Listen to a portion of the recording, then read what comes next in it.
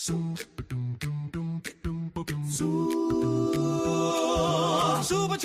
chat, ding, ding, ding. Money rain and let it bling, bling, bling, bling. Thank you, keep it coming in. Jono, we up, we win. And if you don't, you're gay.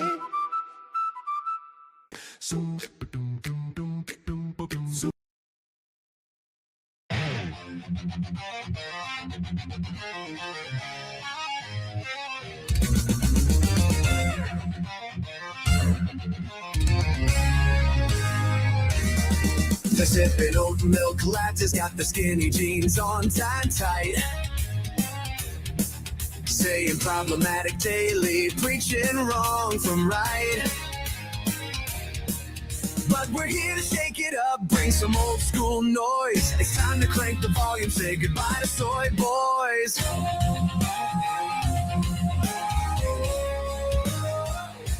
No more soy, we're breaking the law. Turning up the heat, let the story be told. No more soy, we're living it loud. Ditch the cow smoothies, we're rocking this crowd.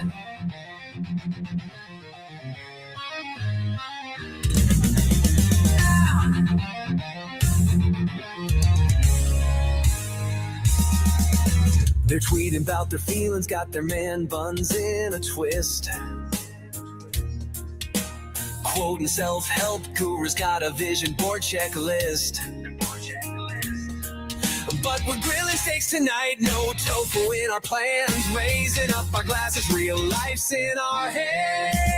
No more soy, we're breaking the mold. Turning up the heat, let the story be told. No more soy, we're living it loud.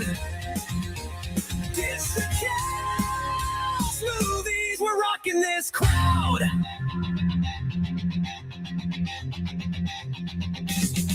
We're not here to hate, just to have some fun. Live a little bolder, soak up all the sun. Trade the avocado toast for a burger and some fries. Laugh a little louder, got that fire in our eyes.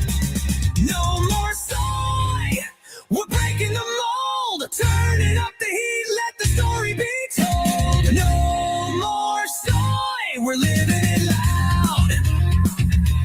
Ditch the cow smoothies, we're rocking this crowd.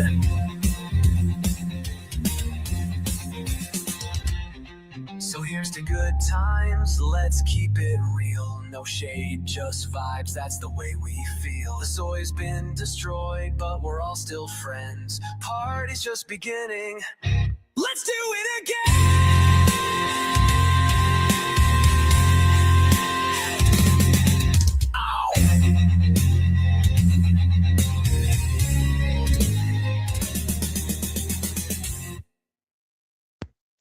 All right. Welcome, everybody, to the Cool Stream Live. I am your host, as usual, Cool Vic. How's everybody doing tonight? Let me just brighten this light up a little bit. It's a little dim in here. How's everybody going? What's today? Thursday? How's everybody's Thursday going? Hardy was first. Well, I thought he was going to be first. Fortunately for him, Podcast Lover was first for the $10. Thank you very much, brother. Podcast Lover knows I can be bought, and he has bought in the first spot with the 10. So thank you very much, Podcast Lover, and thank you very much for getting that Super Chat goal started. Appreciate it. Real Detroit Dabbler, good to see you. Cat Quack. Tim Lorenz, good to see you. T-Wave. Alucard over there on the R side, good to see you. He's always holding it down over there. Good to see you, all you R side peeps over there. You can never forget the R side peeps. Leroy, good to see you. A Capital Flu. Wet Willie, I may not be first, but I like the stream, and my wife is now a documented citizen in the Coolverse. Hell yeah, brother. So Crates. Intel is wild. Legendary CEO, good to see you. Flee for Your Lives is over there too on the R side. Good to see you. Human Being, we watching Rob's debate? No, I'm having my own debates. It's debate night, I guess. Debate me, bro. But we'll get to that in just a minute. Nick Sheldon. MK Infinity, you help me with an AI video? Yeah, that'll be good. I forgot the unlikable one was on PTL today. Oh, yeah. I want to review that. Not sure if I'll have time today, but probably tomorrow. Angela, good to see you. A lot of people in here. All right. All right. So we're going to be having a debate tonight. Someone challenged me to a debate on, I know the title of the stream is called Orange Man Bad or Good, but really the debate prompt is something like where is it? I might get it a little off. It's pretty much, is Donald Trump good or bad for America? So that was the prompt. So I just made it funny in the stream title, but actually it's called Donald Trump, is he good or bad for America? I'm going to be defending Donald Trump. My guest, who I'm going to introduce right now, will be not defending Trump. We'll be pointing out why he's actually bad. So without further ado, let me introduce to you. Where's he at? There he is, Donald. Donald, good to see you. Real Talk Politics, good to see you, dude. Hey, good to see you. Can you hear me okay? Yeah, I can hear you good. Okay. All right, all right. So, did you want to do this formally? Like, did you want to have any introductions, or did you just want to get right to it? I mean, we can do introductions if you like. We can do that. Okay, if you want, we could do. How does a 7-minute intro sound? Ooh, 7 minutes sounds a little long, but I guess I can do that. We could do 5 minutes too, just to make it sure. You don't have to use the whole time either. Okay. But yeah, you can go ahead if you want to start, or we can flip a coin or whatever. Yeah, I could start. Okay. All right. So, I think Donald Trump is good for America. Honestly speaking, like in his second term, I haven't been as impressed as his first term. You know, he's made mistakes his second term. I think he's made more than probably his first. Also, sometimes I think he could be a little too nice. I personally wish that sometimes he was more of the debater that, not the debater, the dictator that the left portrays him as. I think if he was a little bit more, I wouldn't say harsher, but stronger in that sense, he would actually be much more effective and better than he was. However, he is facing a lot of pushback. Not only is he going against the left, but even people in his own party haven't really been working with him. So that's going to cause a lot of setbacks. But overall, what I like about Trump is that I feel like he does care about this country. He does care about the American people. And he's at least accomplished getting the illegal immigration down. What is it? Net zero illegal immigration. He's accomplished that. Also, because of his Supreme Court justice picks, we also don't have nationwide legalized abortion. So that's definitely a plus. Also, finally, I think with him being reelected, it's kind of shifted our country back into, like, our culture back into a good direction, because under Biden and the left's tyranny, we definitely saw a lot of censorship online. We saw the forced the pronouns with the transgenders. We saw the transing of children, allowing the men and women's sports, the women's bathrooms and such. We had a bunch of the gay pride stuff, which I don't think was a positive at all.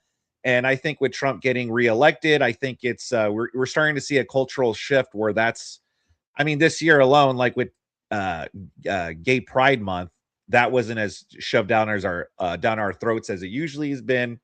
And so I think Donald Trump, for those reasons alone, has been beneficial for our country. And I think that's all I got to say. So I will yield the rest of my time. And Donald, whenever you're ready, I will start the timer for you. Okay. I will start with Donald Trump is very bad for America for several different reasons.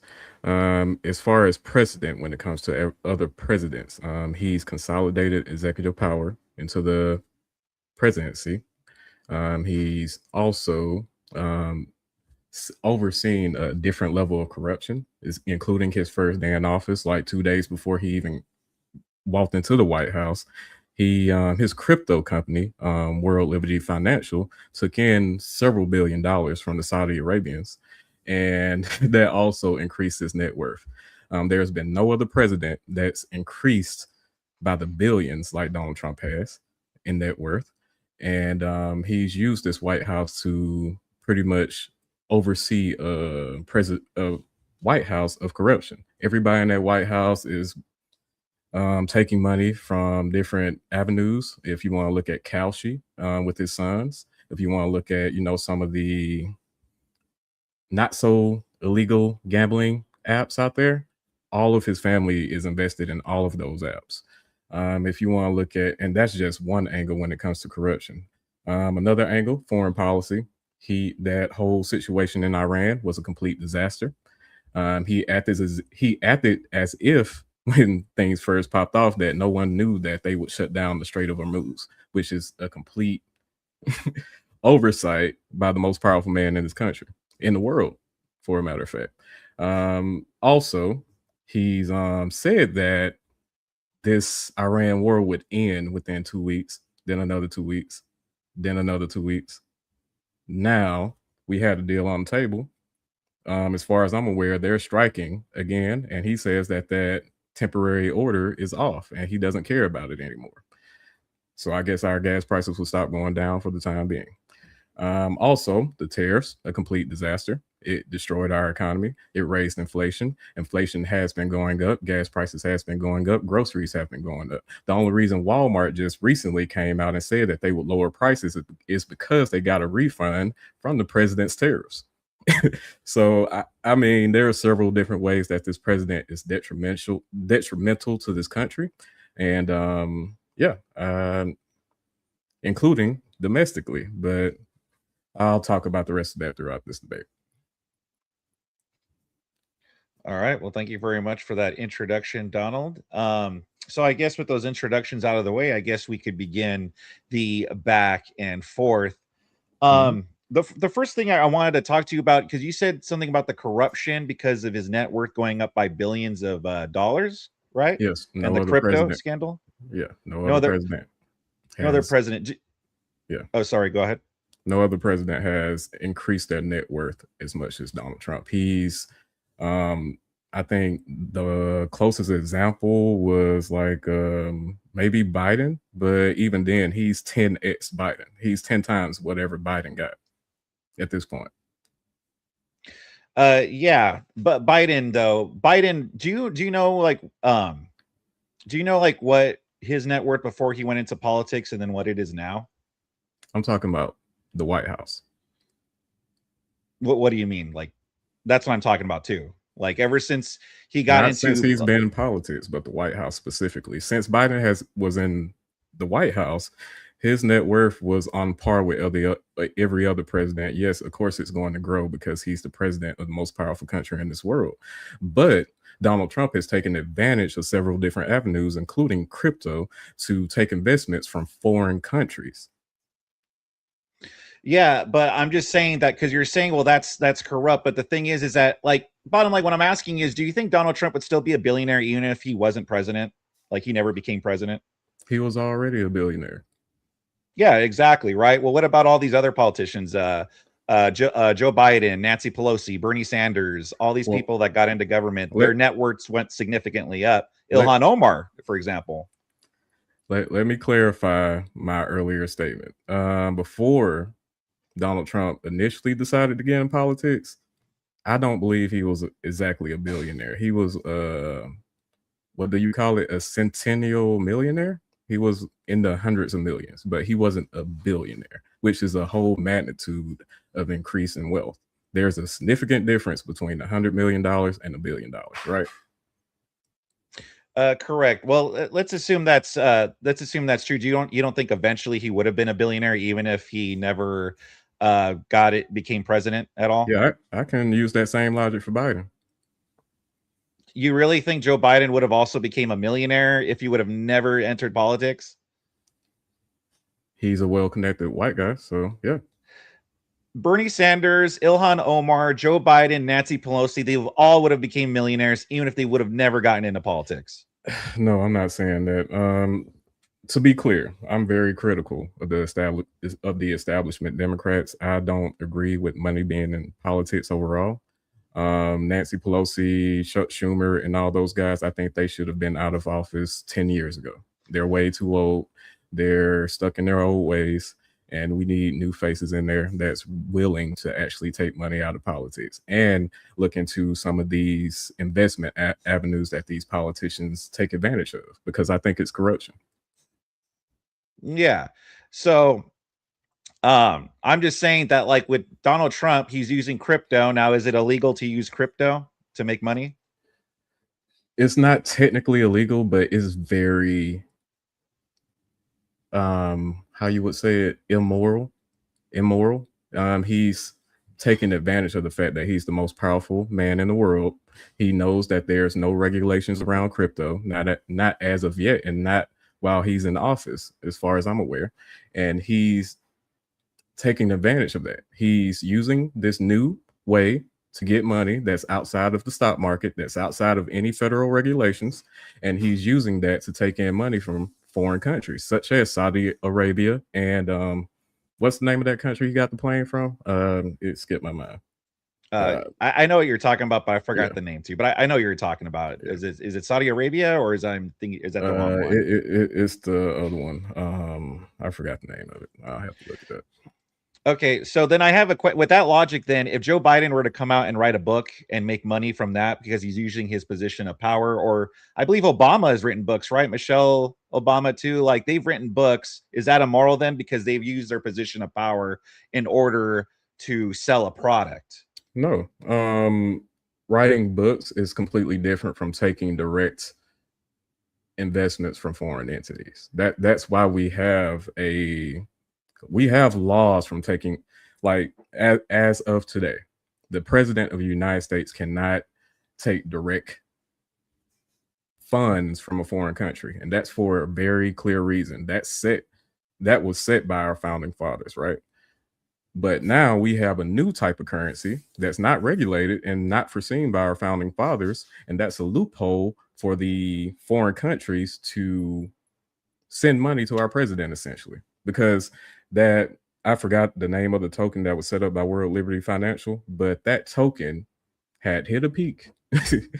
And now the Trump supporters that actually invested in that lost money. A lot of them lost money because it took a nosedive. Textbook rug pull. What about when Donald Trump was doing the NFTs? Was that immoral? I mean, he wasn't president then, but he was using that in order to raise money. As long as you're not the sitting representative of our federal government, if you're a private citizen at that point, then you can do whatever you like. Barack Obama could start a company tomorrow. I have no problem with that. He's not in the White House. He can't use levers within government to make sure that he's not investigated or there's no regulations put out there or anything like that. Okay. So how about when, like, now I know Hunter Biden's not the president, but he was the son of the sitting president. When he was selling, did you hear when he was like selling those artworks and they were selling for like millions of dollars? It was like ridiculous. Would you say that's like immoral because he might not be president, but his father was president and he's using his father's name in order to make millions of dollars off of these paintings? Yeah, true. And that is a little bit concerning. I will say that based on the information that I was seeing, some of the, audio calls and stuff like that, that was a bit concerning. But I will say that if you are critiquing that, then you should be paying very close attention to how much money Jared Kushner is getting out of these Middle East countries. Yeah. So go into details with the millions. Okay.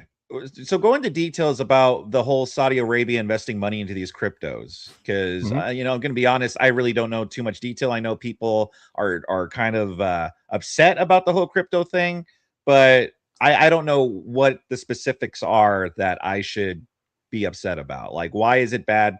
Like, is Saudi Arabia just directly giving them money, or like what's going on here?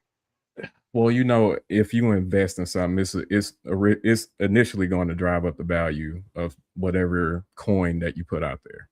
Yeah, I think that's, basic common sense with that. So Donald Trump created a coin. He had already won the election at this point, right? This is like maybe a few days before he even got into the White House. Him and his son set up this company called World Liberty Financial, and they came up with this token. The interesting thing about that is 2 days before January 6th, or whenever he stepped into a White House, Saudi Arabia invested billions into that. Do you not find that concerning? That they invested billions into the new company that our president of the United States set up after he won the election. So the Saudi Arabia government, they invested billions into this crypto coin. Yes. Okay. Did they, when the coin dipped, did they lose the money or what happened? I don't think so. And this is Saudi Arabia. They throw away billions every day, but they will invest billions for influence. Yeah, I mean that's kind of gonna happen with anything, and with any presidential. I can establish the connection because every other president prior to him, even Republican politicians, were saying that Saudi Arabia should not be getting our AI chips, right? Why, as soon as Trump got into the White House, he opened up AI chips to Saudi Arabia? That sounds like a good payoff to me. Yeah, I'm gonna be honest. That I have no idea about. Yeah, I understand, but I mean, I actually dig into the weeds of all these situations, and that's why I'm so against Trump at this point. Okay, but again, like I could point to instances of corruptions with previous like presidents and such, and your argument is like, so if by that logic, then let's just say I granted to you that was really corrupt of him to do. What makes him even? What does that make him even more special and stand out compared to previous presidents? What makes Donald Trump stand out? Yeah, I would say the blatant disregard for any type of retribution, blatant disregard for any type of standards that was set before him, and the magnitude of the money that's being flowed into his pockets. Yeah, but again, if I could show you, like, well, Biden, when he put Hunter Biden over there on the board in what was it, in Ukraine, or when he put him on the board over there, I mean, that's also a cold disregard, and he just wanted more money in his pockets. Yeah. So I mean, I'm just saying that what makes Donald Trump so unique in there, you know, I'm pretty sure you could throw a rock and find corruption in our governments, you know. Yeah, I understand that, but I just want consistency when we're talking about, like, if you're against corruption, you're against all corruption, regardless of political party. And what I'm saying is that yes, you can critique Hunter Biden, do that. All I'm saying is that, are you aware of how many boards Jared Kushner is currently on in the Middle East? Are you aware of how many billions of dollars Jared Kushner has received by Donald Trump sending him over there to make peace in the Middle East, which hasn't been done? No, I'm not aware. Yeah, he's received, as of today, 4.8 billion from Qatar, the UAE, and several other different firms. That is what, over 100 times of magnitude compared to Hunter Biden. Okay, so is Jared Kushner then taking this money and giving it to Donald Trump? I mean, it could be a possibility. I don't. Okay, that's what I'm saying, is we don't know. We don't necessarily know, but we do know that Donald Trump and his family, including his sons, Donald Trump Jr. and the other Trump, they're all gaining in wealth on a major scale. If you have a problem with Hunter Biden, you should also have a problem with this. That's all I'm saying. Yeah, but the thing is that Donald Trump, his children, like, they learn from him on how to do business and such. So it's not really out of the realm of possibility that these are all legitimate business things and nothing shady going on, because I haven't really seen any proof there's actually anything illegal or shady going on. It's just kind of assumptions. So it's not really out of the realm of possibility they're earning this, you know, legitimately. With Hunter Biden, I mean, are his paintings really worth like millions of dollars? Did Hunter Biden deserve to be in the board over there? Like, did he earn those spots? Did he deserve that? Does he have any sort of business prowess Yes, or and anything? I'm going to be honest with you. I'm pretty sure if Joe Biden wasn't president, Hunter Biden probably wouldn't have been on that board. Now, can we agree that if Donald Trump wasn't president, Jared Kushner wouldn't have the presence in the Middle East that he currently has? Yeah, probably not. Probably not. And because of that presence, Jared Kushner has increased his net worth by billions of dollars. We have to recognize the difference between millions and billions. That is like a way larger magnitude.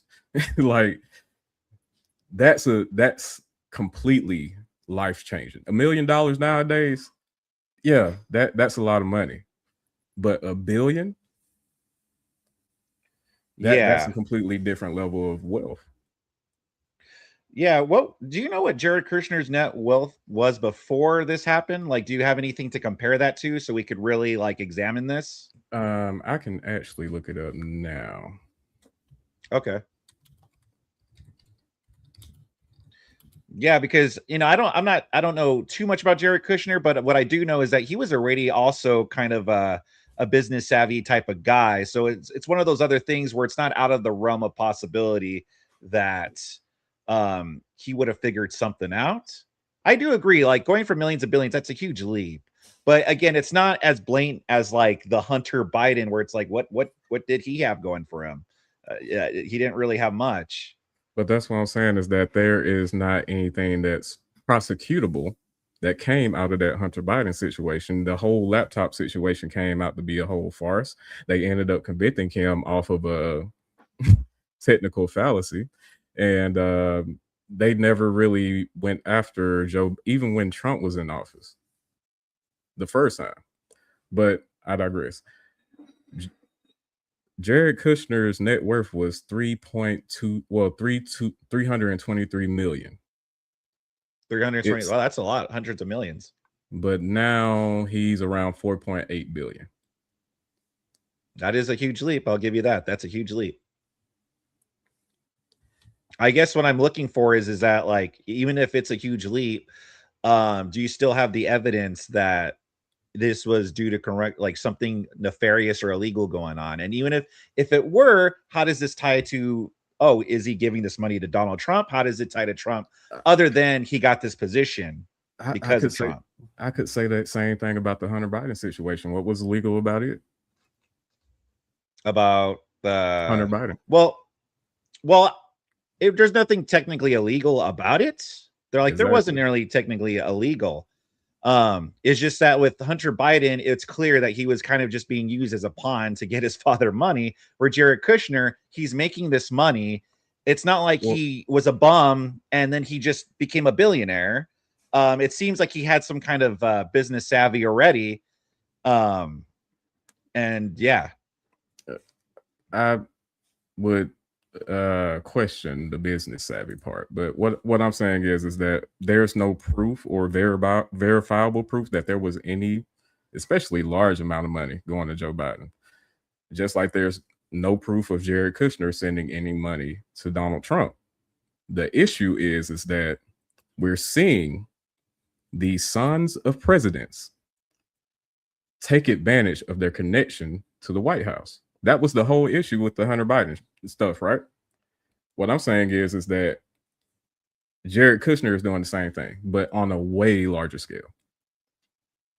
Yeah, by the way, Hunter Biden, he got pardoned. So that's another reason why there wasn't really any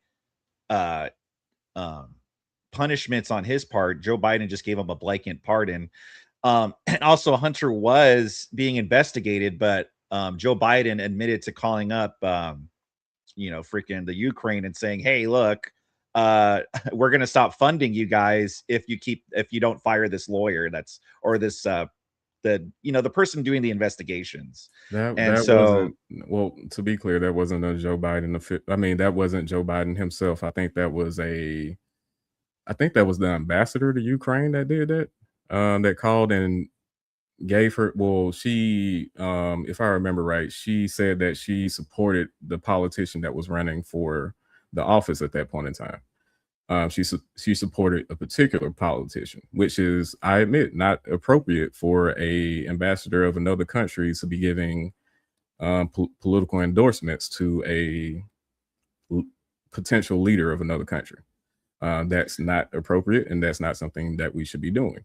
But I will bounce back and say there's plenty of things in this Trump administration that is clearly not appropriate in the same manner.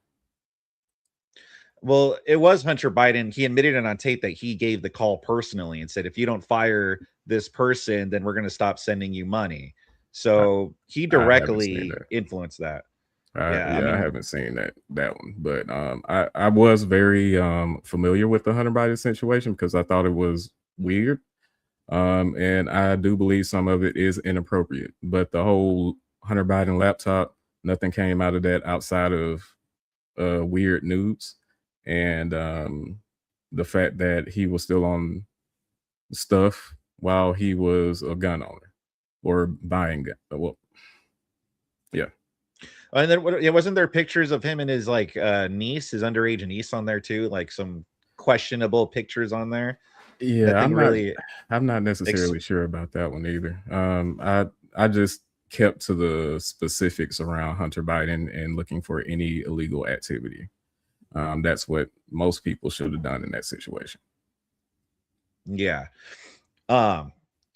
Okay. But so the argument though is that like Trump is especially even the most corrupt. And again, it's like we could point back to corruptions with the previous president too. So I don't think I really got the answer of what makes Donald Trump so unique. Like, why is it, oh no, he's really bad, even worse than Joe Biden or Obama or Bush or Clinton? Let's just put it this way. If just interesting hypothetical, if Joe Biden had received $10 million through corruption, opinionated corruption, not straight up illegal corruption, but he found ways to, kind of get around the legal actions and found loopholes, but most people would still consider it corruption, right? $10 million. Donald Trump getting hundreds of billions.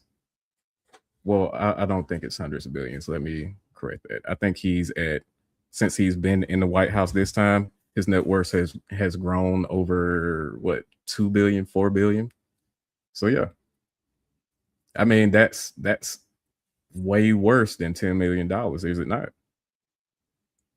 Yeah, but again, it's like Donald Trump, we go back to the original point where Donald Trump probably would have gained these billions even if he wasn't president, by starting up these little businesses, these products that he puts out there. That's how he became rich to begin with, from all his business savvy. I don't think so. And I'll tell you why. Most of these investments that's coming from foreign countries, and most of these dictators that's putting their hands into different things that Donald Trump is doing, such as Elon Musk pretty much having a whole Tesla commercial outside the White House, things like that. Yeah, I can't see the related, like Biden, even if there was that, this is in a whole different level. Like, we have to understand this. Like, what Donald Trump is doing is like completely different, and it's blatant. I don't know how else to put it. Well, if it's so blatant, then like, how come nothing's being done about it if it's so blatant? Hold on. Before with the previous corruption, they always try to keep it under wraps, especially like Joe Biden said they didn't want that out there. That's why they would always try to censor all the information that was out there in social media. But if this is so blatant, we know about the crypto company, we know about, Elon Musk. If we know about this, then how is it not being investigated, especially when Donald Trump's been investigated before? He's been already convicted, 34 count felonies. So, I mean, like, if it's so blatant, how come he's not getting investigated and he's in trouble right now? He controls the DOJ. He pretty much has. Do you think the current AG is going to try and convict this sitting? The current AG, I remind you, is Trump's own former lawyer. So, Yeah, but like, come on Trump now. Trump has people that turn on him all the time. Like Trump has like appointed people that ended up ruling against him. Like honestly, it's like I don't even know who really has Trump's back anymore. And so like to me, in my opinion, it doesn't really matter. Like when you have people who like when you have the reputation or at least the very if you're a polarizing figure like Trump, that's what I should say. Someone that's polarizing and you have people that feel so strongly about this guy, it's and again with the corruption, like how do you know even if they do have Trump's back that they could get corrupted and then turn on Trump? Like in my opinion, I don't really think that matters. Like people really don't like Trump.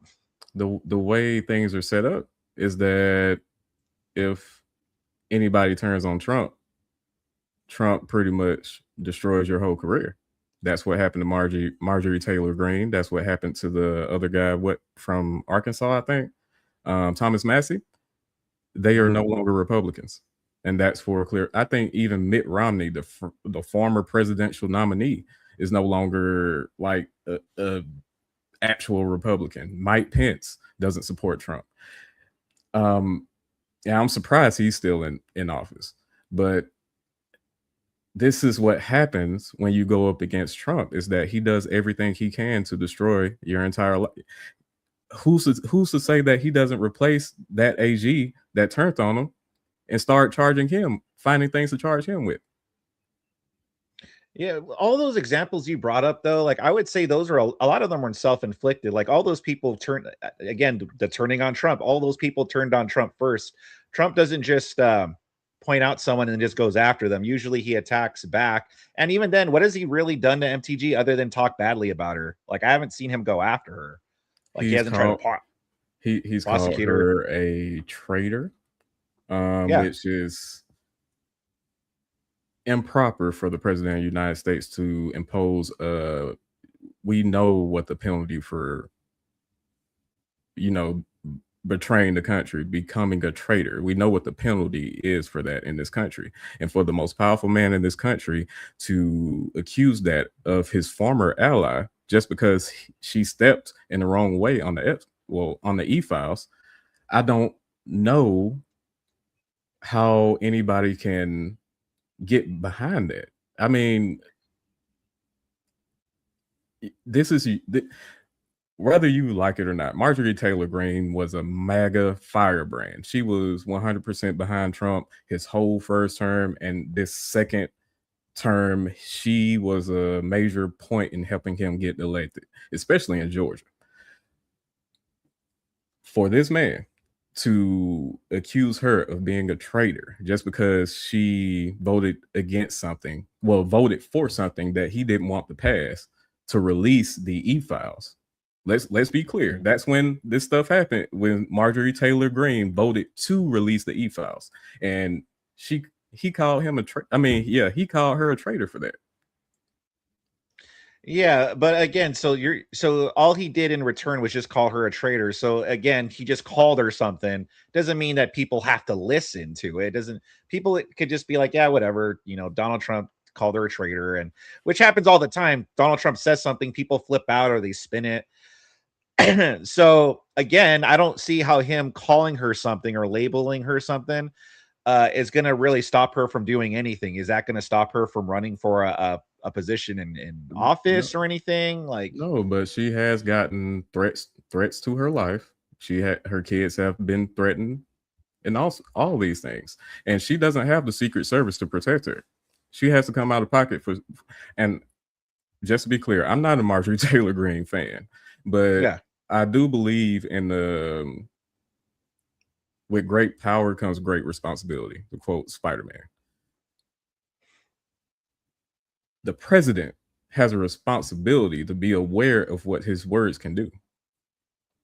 Okay. Yeah, well, we could get into that. What about when Joe Biden, during the red background speech, when he was saying, calling MAGA Republicans extremists? Well, what about, you don't think he had a responsibility to not say that about MAGA Republicans, calling us extremists? Yeah, he called us extremists. Is there a federal penalty for extremists?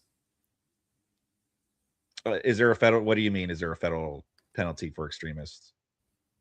A traitor, there's a penalty in this country for traitors. There's Has no penalty. has she been penalized in any way for being called the traitor? Has she No, been? but I think a lot of Americans are aware of that penalty, and I think they are aware of what this country has historically done to traitors. What about calling groups of people extremists, though? Like pretty much I got called an extremist for what? Supporting Trump? Like you don't. How do you think that's going to make people like on the left react that we're labeled extremists? We've already gotten attacked. Like people, the left are unhinged. Well, yeah, you're right. I think, and the president's calling us extremists. Like I don't know. I think that's messed up. I hear you on that. I would have to look at the exact quote just to clarify on what we're talking about. But even then, if Biden had called you guys terrorists, I would be right there with you. That's inappropriate, especially because it's a simple disagreement. My point in saying this is that Marjorie Taylor Greene was one of the most vocal allies that Trump ever had. And because she voted against him on this one thing, because she's continuing to support other legislation supported by Trump. But one thing that Trump really didn't want to get out, and now he calls her a traitor. Yeah, that's usually what happens. I remember he criticized, what is her name? Kayleigh McEnany. She said one thing wrong one time and he like criticized her and went off for it on her. That's usually what he does. Donald Trump, as soon as you say something that's like one thing negative about him, then he'll say something negative about you. He's very like retaliatory in that way. Now you could agree or disagree with it all you want. I just don't see how that's so harmful if we already knows that's how he is. Again, like with Marjorie Taylor Greene, has she been arrested? Has she been prosecuted for anything? Like nothing has happened other than her being labeled a traitor. And but if you think that's bad, then again, you're going to have to also look at Joe Biden calling us mega extremists, or the other Democrat politicians calling us, Nazis and fascists and all these things. Yeah, I would have to look up that specific quote. I don't think that was exactly what was said, if I'm remembering correctly, because I always watch like different rallies and different statements from different presidents, going back to George Bush, actually. Yeah, here I got it right here. I could pull it up. Let me figure this out real quick. Oh yeah, he referred to MAGA as a extremist force. Donald Trump and the MAGA Republicans represent an extremism that threatens the very foundations of our republic. That was September 1st, 2022. Mm-hmm. That was in reference to January 6th. Yeah. I don't remember if it was in reference to January 6th, but even if it were calling all of us extremists, was it with all Trump supporters there at the Capitol that day? I wouldn't call all of the supporters at the Capitol extremists, but I will say that a lot of those people were led there by extremists. Yeah, it's like with the logic though, is like with Trump, you're like, well, he shouldn't, he as a leader of the president, he should be careful what he says. Well, what do you think about Joe Biden?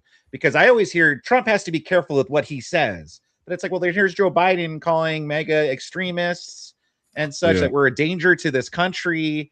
Like, I don't know. There's no responsibility on Joe Biden to watch what he says. How come it's always all on Trump to watch what he says, but never on, what about Obama when he was addressing the Trayvon Martin incident? And he said, we have like a huge racism problem pretty much in this country with like, I have to re-look it up, but I remember he implied that we have a racist cop issue. And like, do you think he should watch what he says when it comes to that? No, he was speaking to a factual statistic. As far as drugs, I don't know if I can say that on here, but as far as, that type of usage, Black people are arrested at a way higher rate than white people, even though the usage rates are the same. And that's all. That's just a fact. And is that what Obama was addressing, or was he addressing the Trayvon Martin incident and using that to kind of, because you don't think labeling like cops as racist? I mean, there were innocent cops that weren't doing anything that literally got killed. So you don't think that's reckless rhetoric by Obama's part? You don't think he should have cooled the temperature a little bit, and as the president, maybe not say things like that? I think if you listen to the entire speech, he did cool the temperature. Now, he did address the overall racist trends of our policing in this country and the historical trends of the policing in this country, which is tinged towards African Americans being arrested at higher rates overall. But I think, if I remember right, because I was very young during those Trayvon Martin days, that was a very long speech, and I think he did call for unity within this country. After he said there was a huge racism problem. Well, yeah, I mean, essentially what he was saying was just, yeah, listen, there's a lot of racist cops. We have a big racism problem. So can we not be racist and call for unity? Like, that's essentially what he was saying, you know? I had to turn my camera off real quick. Yeah, no worries. I hear you on that. I just don't think he was calling all cops racist. I think he was just addressing some of the trends that we've seen out of these statistics from our country overall. So yeah, I think he was addressing the policing and not the police themselves. Let's put it that way. I don't think I mean, at that point, Obama was overseeing the executive branch. So he's like technically a DA is the top cop, the AG, I mean. But yeah, he oversees all that. So I don't think he was just specifically calling every cop in America racist. I think he was just speaking to the trends that a lot of Black people protesting against at that time. Okay. This is just an opinion, like a question I just have. Do you think Irina Zarutska was murdered due to racism? Do you think the African American that murdered her, do you think that was due to racism? No, that's due to mental health issues. But how do you know it wasn't due to racism? He like said afterward, oh, I got that white girl. Mental health.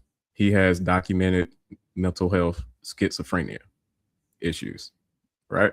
Well, why did he bring up her race though? To identify somebody. I mean, if I committed some type of crime, they're gonna say a Black guy about 5'5" with black on. If I see you and you hit my car and run off, I'm gonna say it's a white looking guy. I know you might not be white. You seem a little mixed, but yeah. You know, I'm not. That's just a way to identify different individuals, and everybody does it. Just because we say that's a white girl, that's a Black guy, that's a doesn't necessarily mean any type of racial intent. Okay. Well, what about Derek Chauvin and George Floyd though? Was that due to race? Was Derek Chauvin, was that due to racism? Was he being racist toward George Floyd?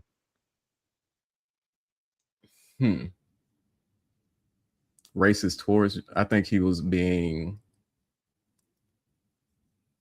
let me word this carefully. I think he was being very, how you would say it. I don't know the exact wording, but I think he was being very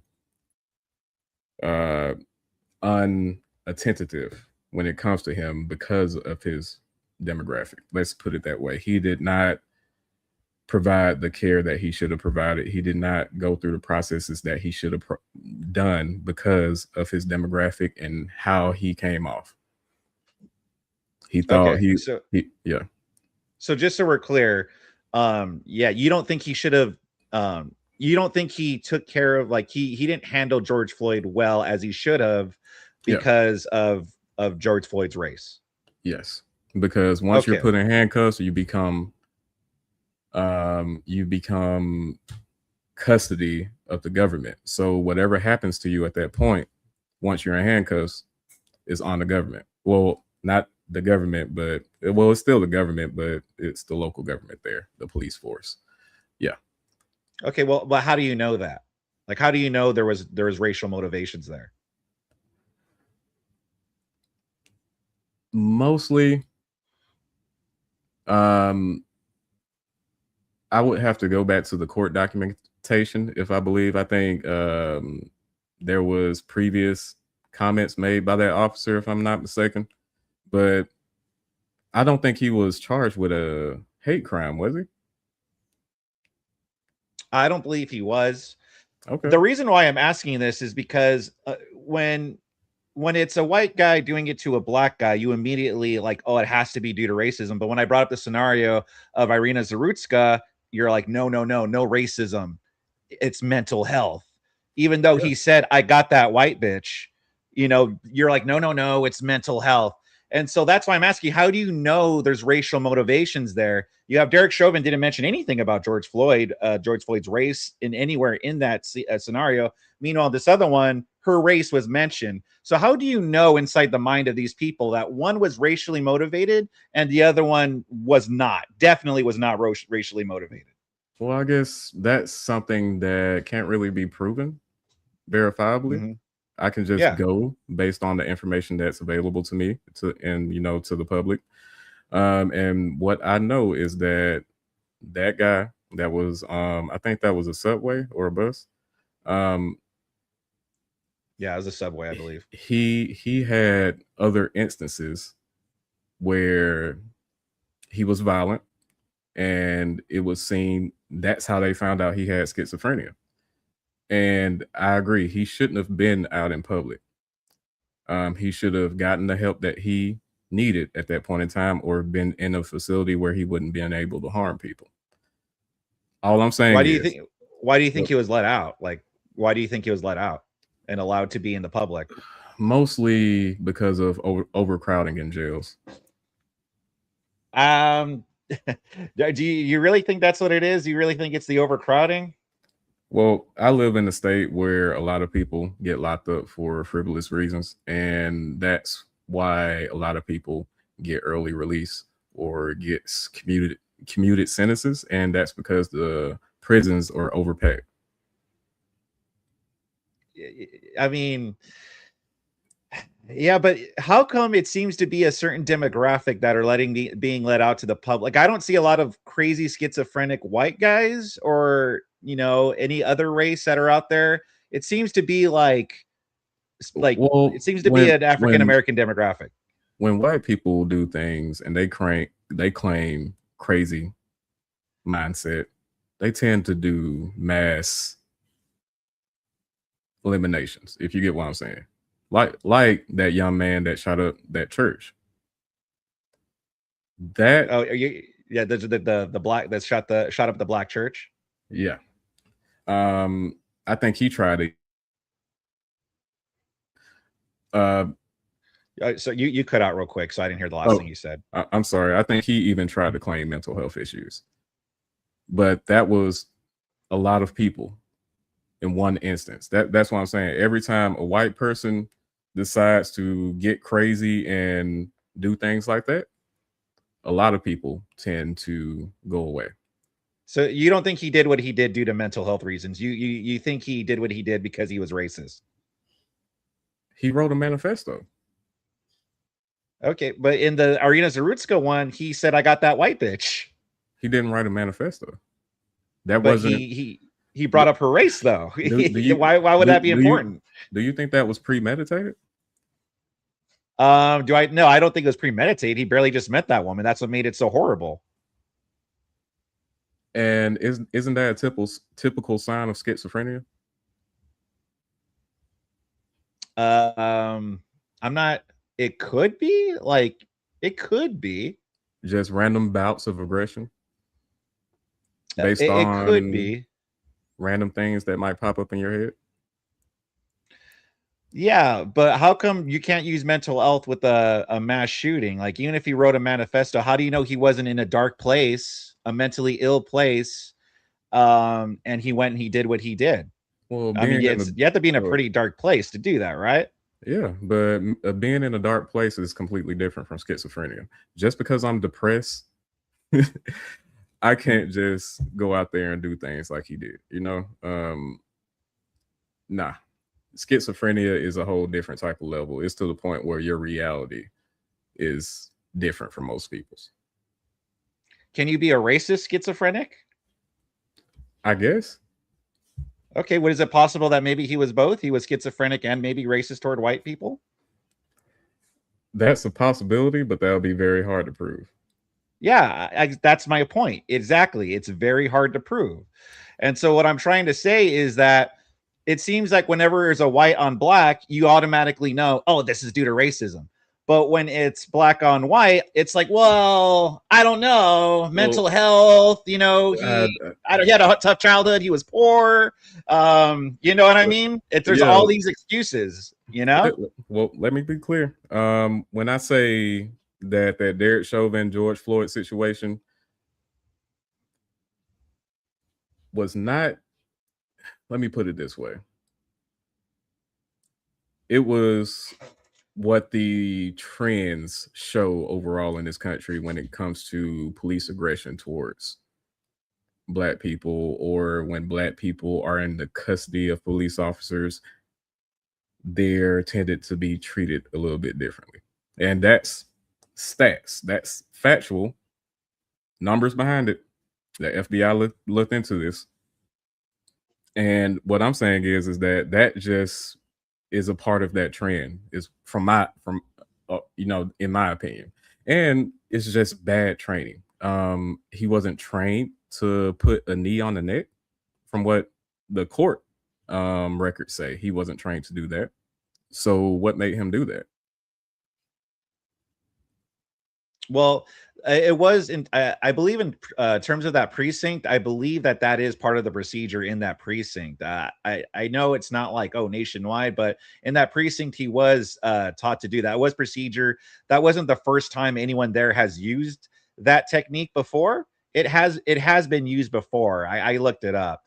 And by the way, didn't result in deadly force before. I think at worst one person was injured due to it, but out of all the times that technique was used, it was never resulted in death. Which means that George Floyd, the fact that he was on fentanyl, contributed highly to the fact that that he died because of that, because he was already having trouble breathing when they tried to originally put him in the cop car. What did the coroner say about his cause? Well, his COD. I believe the coroner did say that it was due to the knee on the back. Okay. And that's what I'm going with. Because that was an independent coroner. That's actually been supported by the law enforcement in that area.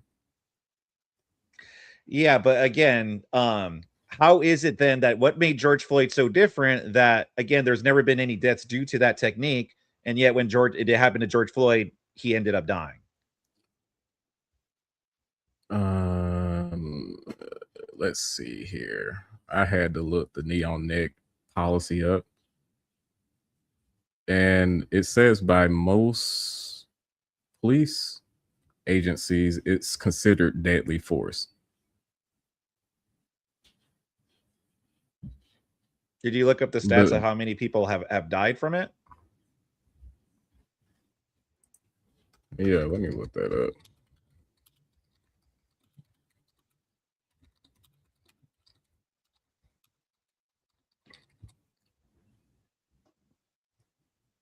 But yeah, let's see here.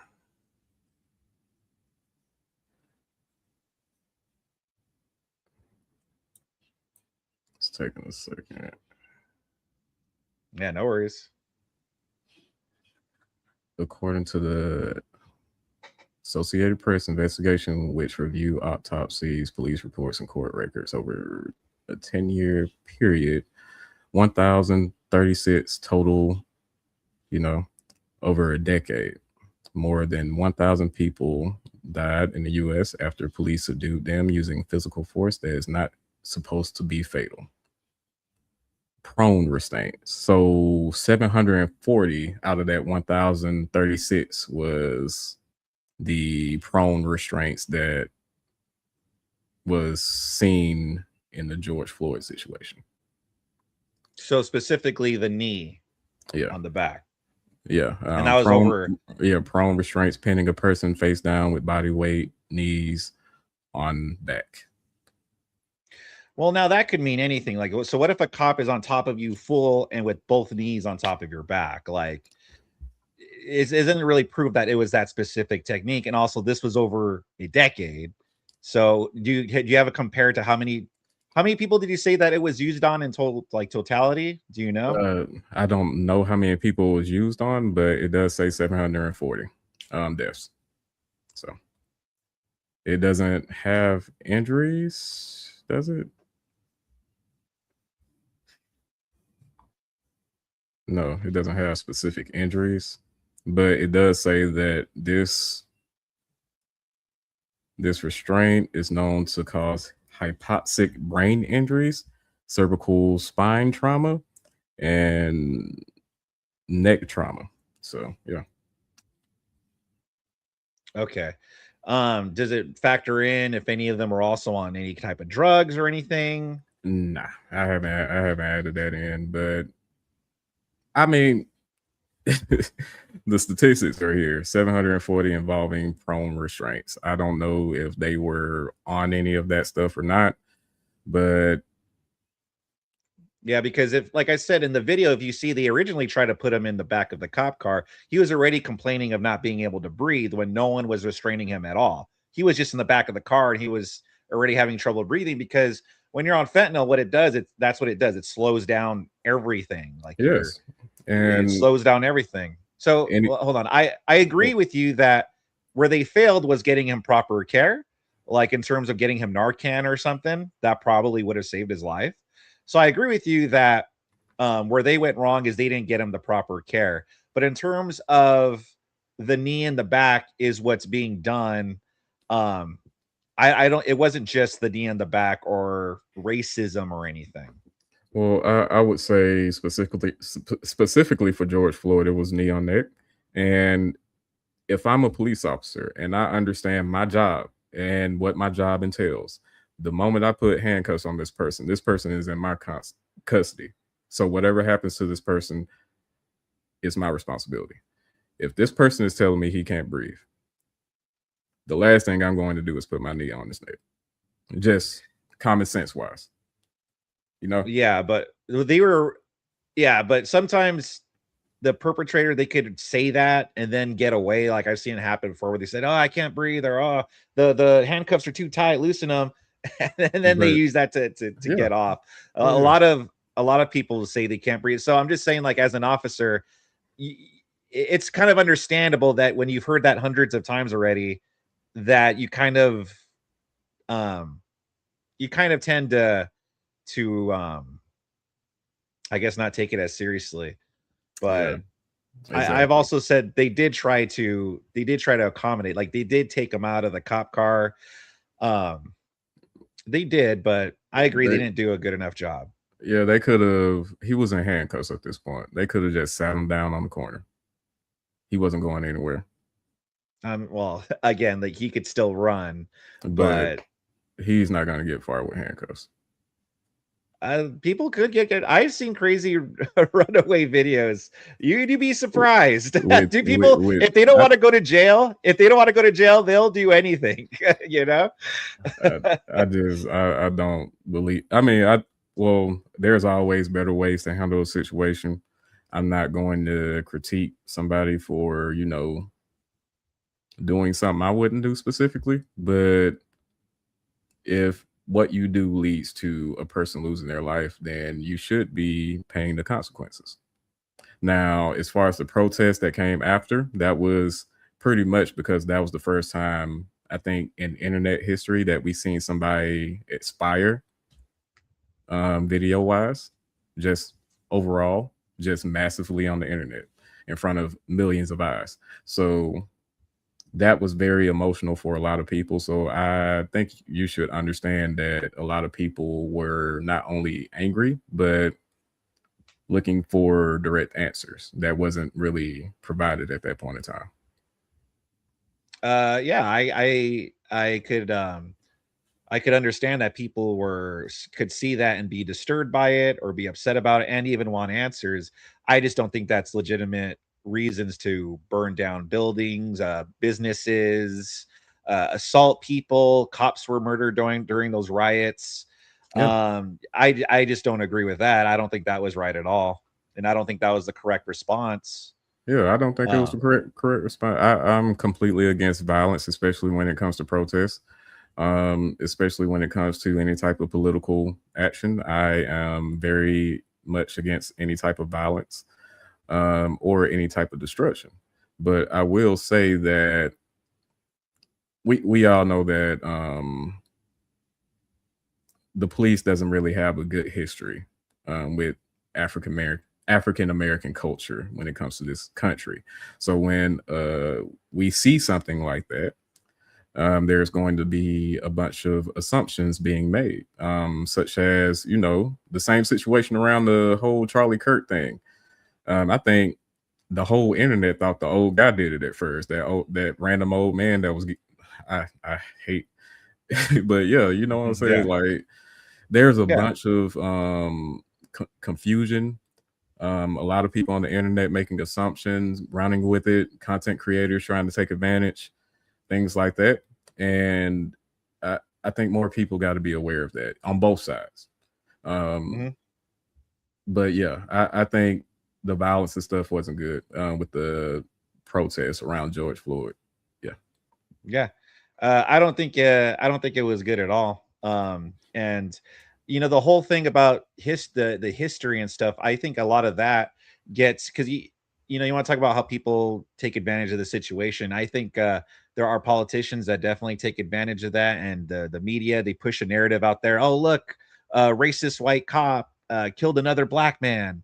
And I think that's going to get people riled up too. And it's actually going to inspire that, especially when you have people like Kamala Harris that were saying, yes, you know, here's the bail fund to bail out these protesters.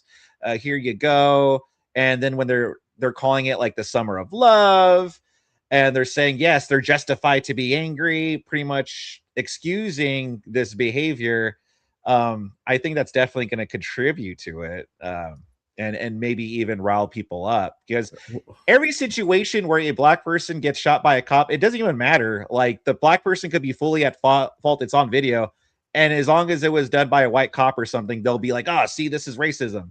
Well, okay. I will give you that Kamala did. I think she posted a link to help some of those people get bailed out. Do you agree with the pardoning of January 6ers that Donald Trump did? I don't agree with all of them, but the ones that were there that weren't violent, that really didn't do anything, that were at most just guilty of just walking through the Capitol, I think it's reasonable to give them pardons. The ones who were violent, I'm a little bit more like, I don't know about them. But the ones that were non-violent, I agree with those pardons. So do you think he was excusing some of the violent behavior by giving, because at least the people that was bailed out, they still had to go to court. They still had to hold those charges. They were not pardoned. The people that Donald Trump pardoned, they don't have any charges anymore. And I think about 20 to 30% of them have been arrested since they got that pardon. Yeah. So they're not exactly good people. Yeah. Do you think Donald Trump excused their behavior by those pardons? Well, I don't know what his mindset was when he did that. I don't know if he just did a blanket just to make it easier, or maybe, I have no idea. I will say I don't agree with it. Those people that got rearrested, hey, fair enough. You get what's coming to you. I don't feel bad for those people. If they got pardoned and then they got arrested for other crimes, I ain't gonna defend them. But that's what you guys accuse Democrats of doing all the time, releasing criminals back on the streets. Because they do. They do release criminals back on the streets. But that's the first thing Donald Trump did when he got back in the White House, was blanket release for even some of the most violent criminals that day. Well, you said the most violent criminals. I don't know. These weren't repeated. Like out of the ones that were violent that got arrested for January 6th, what what were their charges before that? Did they have histories of doing this or what? I think one particular person that I remember looking up, I can't remember his name, but I know he had some previous charges locally within his state. Like I think it was assault on his wife or some, some other stuff like that, just state level assault stuff. But this is I'm just saying, like, even if they didn't have anything and they used that moment to finally rip loose and do some crazy stuff, they shouldn't be pardoned. I mean, if you feel like that conviction was wrong, we have an appeals process. Donald Trump is the head of the DOJ. All he had to do was have them people prove that they are actually innocent and didn't deserve the time that they got. But instead of that, he used the shortcut of just pardoning everybody. Yeah, so you wanted Donald Trump to go and look at each individual case, take time to go look at each individual case, and then judge and determine that, and then go give the pardons individually, or if you're interested in the rule of law, like this president campaigned on, then yeah, Donald Trump. He's the president of the United States, the head of the military. You should not shy away from hard work. Well, I mean, he has a lot of hard work on his plate, but that's why I disagree with that. No more than but regardless, though, regardless, again, if you want to talk about pardons, like, okay, Joe Biden just gave blanket pardons to his son that covered like a span of years. Like anything that happened between this date and this date, you can't be investigated or convicted of it. Same thing with Fauci. He gave a blanket pardon to Fauci. So again, if you want to talk about pardons, we could go into that. All presidents give these pardons, but that doesn't take away the fact that Democrats do disrespect the rule of law, and it's because of this like viewpoint.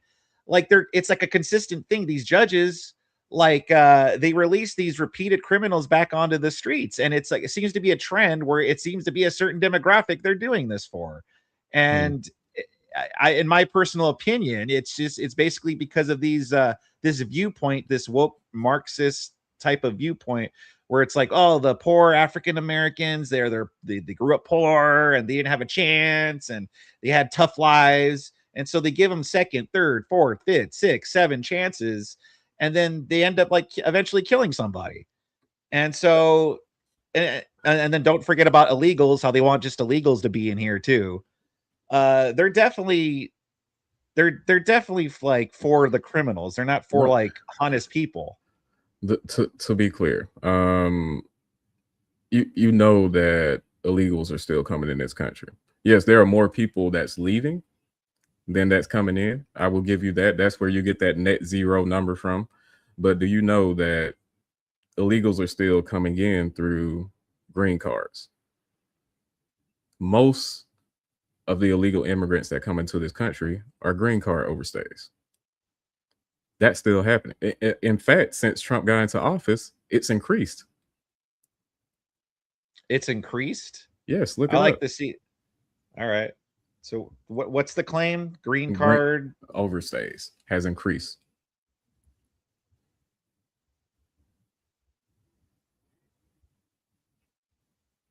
If they overstay, they are in fact illegals. I'm just talking to the guy in your comments.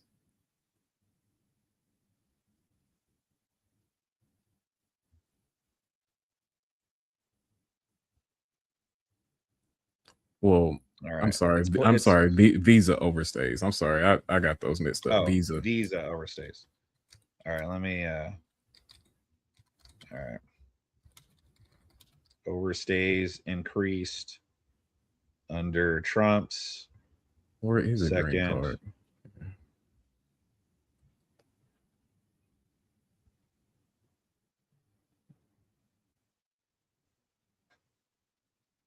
All right, it's looking it up real quick. It's freaking lagging for some reason.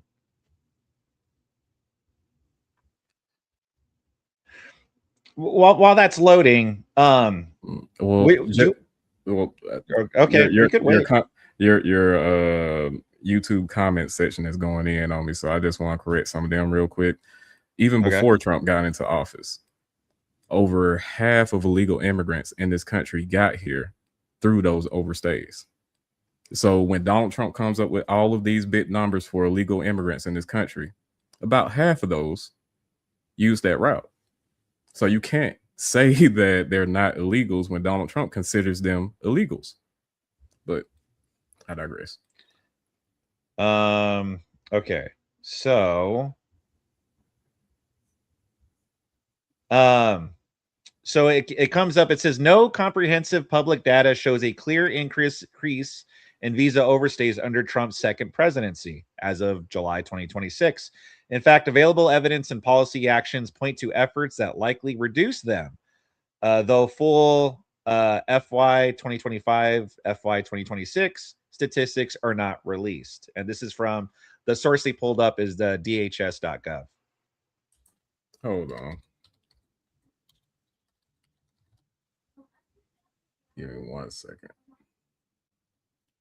Okay. Because I know I just pulled this up not too long ago, earlier this morning, I think.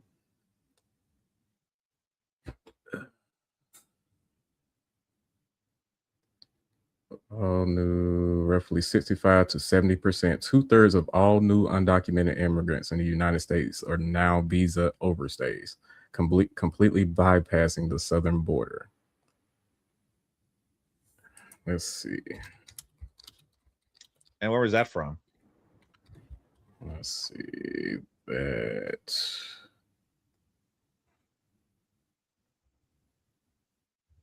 is hold on. I just typed in something else here. I gotta go back.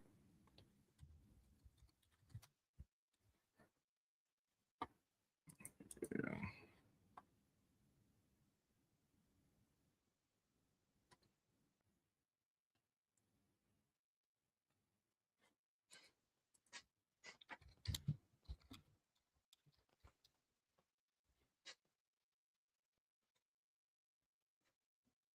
This is from the Department of Justice.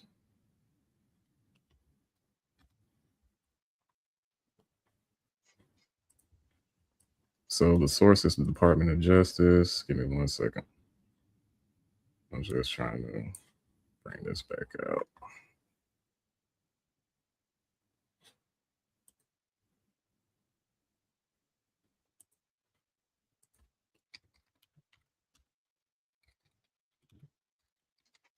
I messed up my stream for a second. 2025.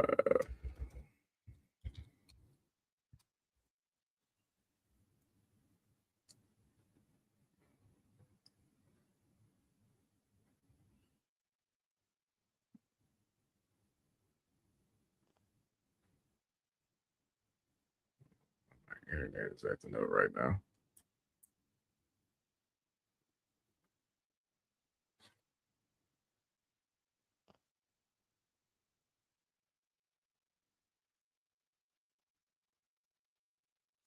Okay.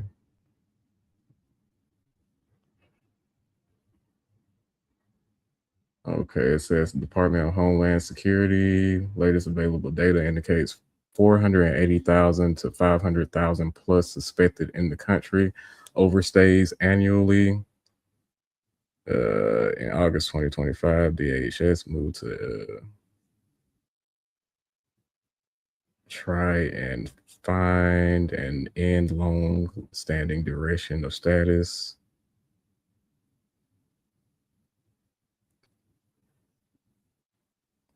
But it doesn't say anything about. I know I just looked this number up. It's somewhere in this document.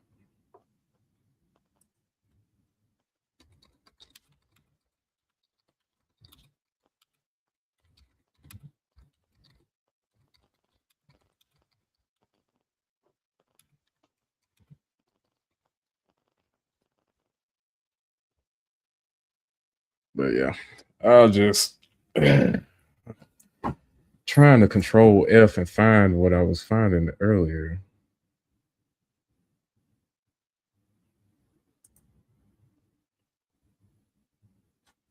I can't find it. Yeah, All right. I did see something in this DOJ website about visa overstays going up. I mean, can we at least agree that, compared to the last few presidencies, that this is the best that, like, under control that legal immigration has been? What do you mean by under control? I mean, You like the mean like numbers. completely closing the border? Yeah, like closing the border. At least like even compared to Biden, there's not 10 million people just coming over here or overstaying or anything. Can we agree? Let's just keep it simple. Let's compare it to Biden. Can we agree that compared to Biden, he's done a lot better job at getting the border under control?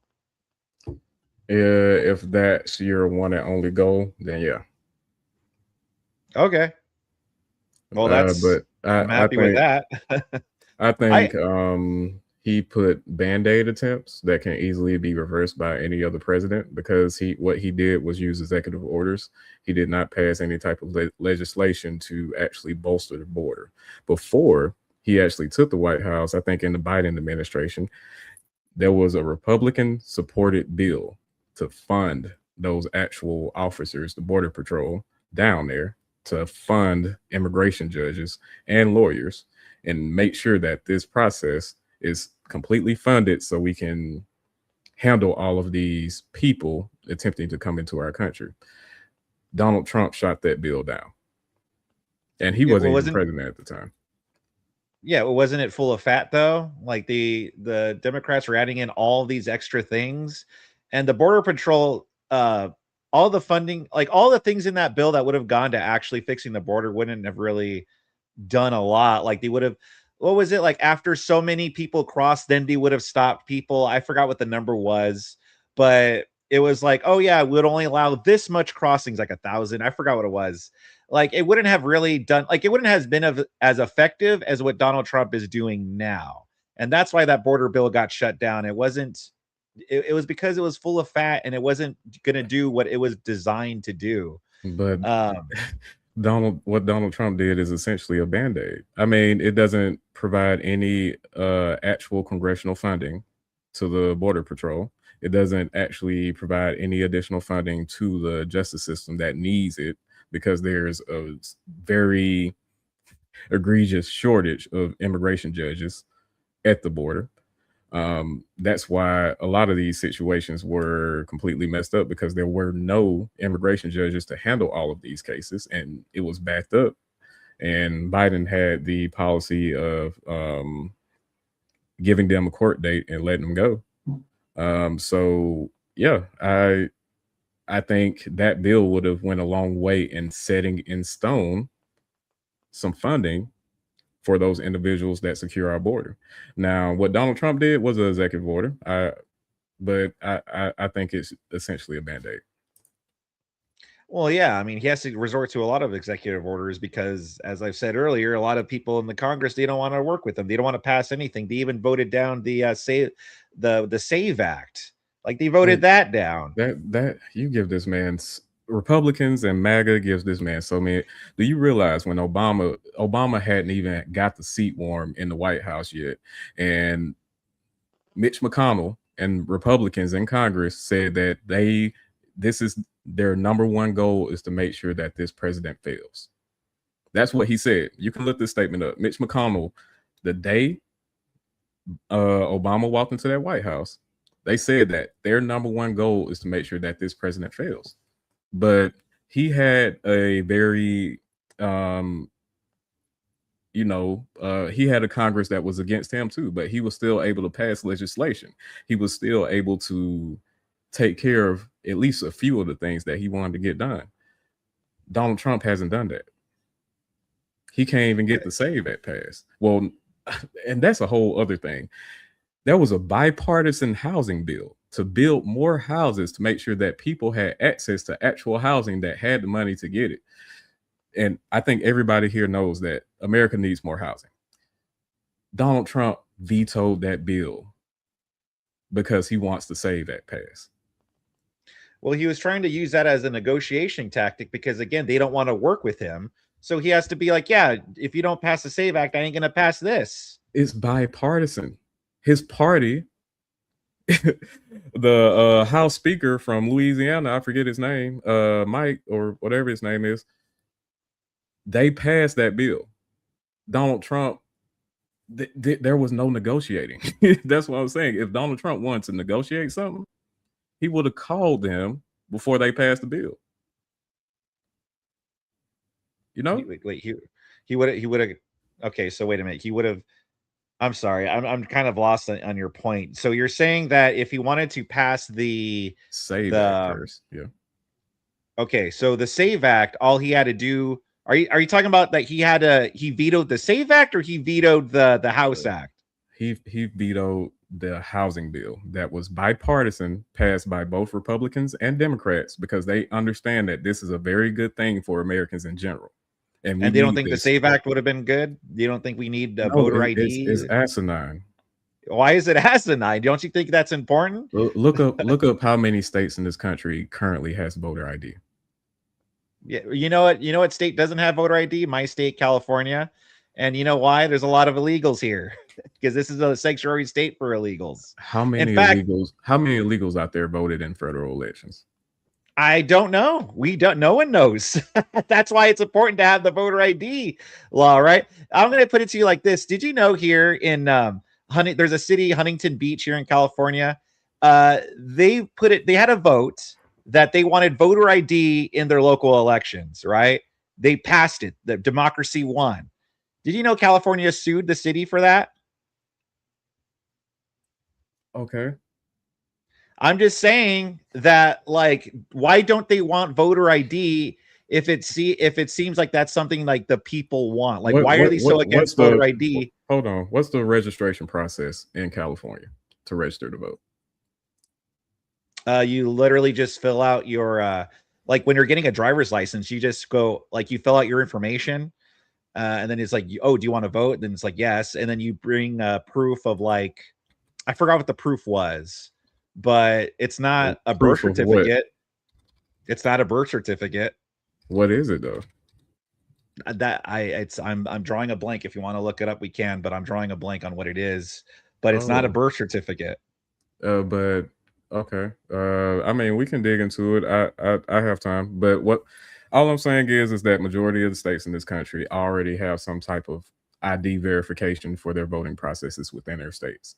What Donald Trump is trying to do is make it to where you can't vote unless you have a birth certificate matching the name that's on the voter rolls, which pretty much kicks out most married women, or a passport.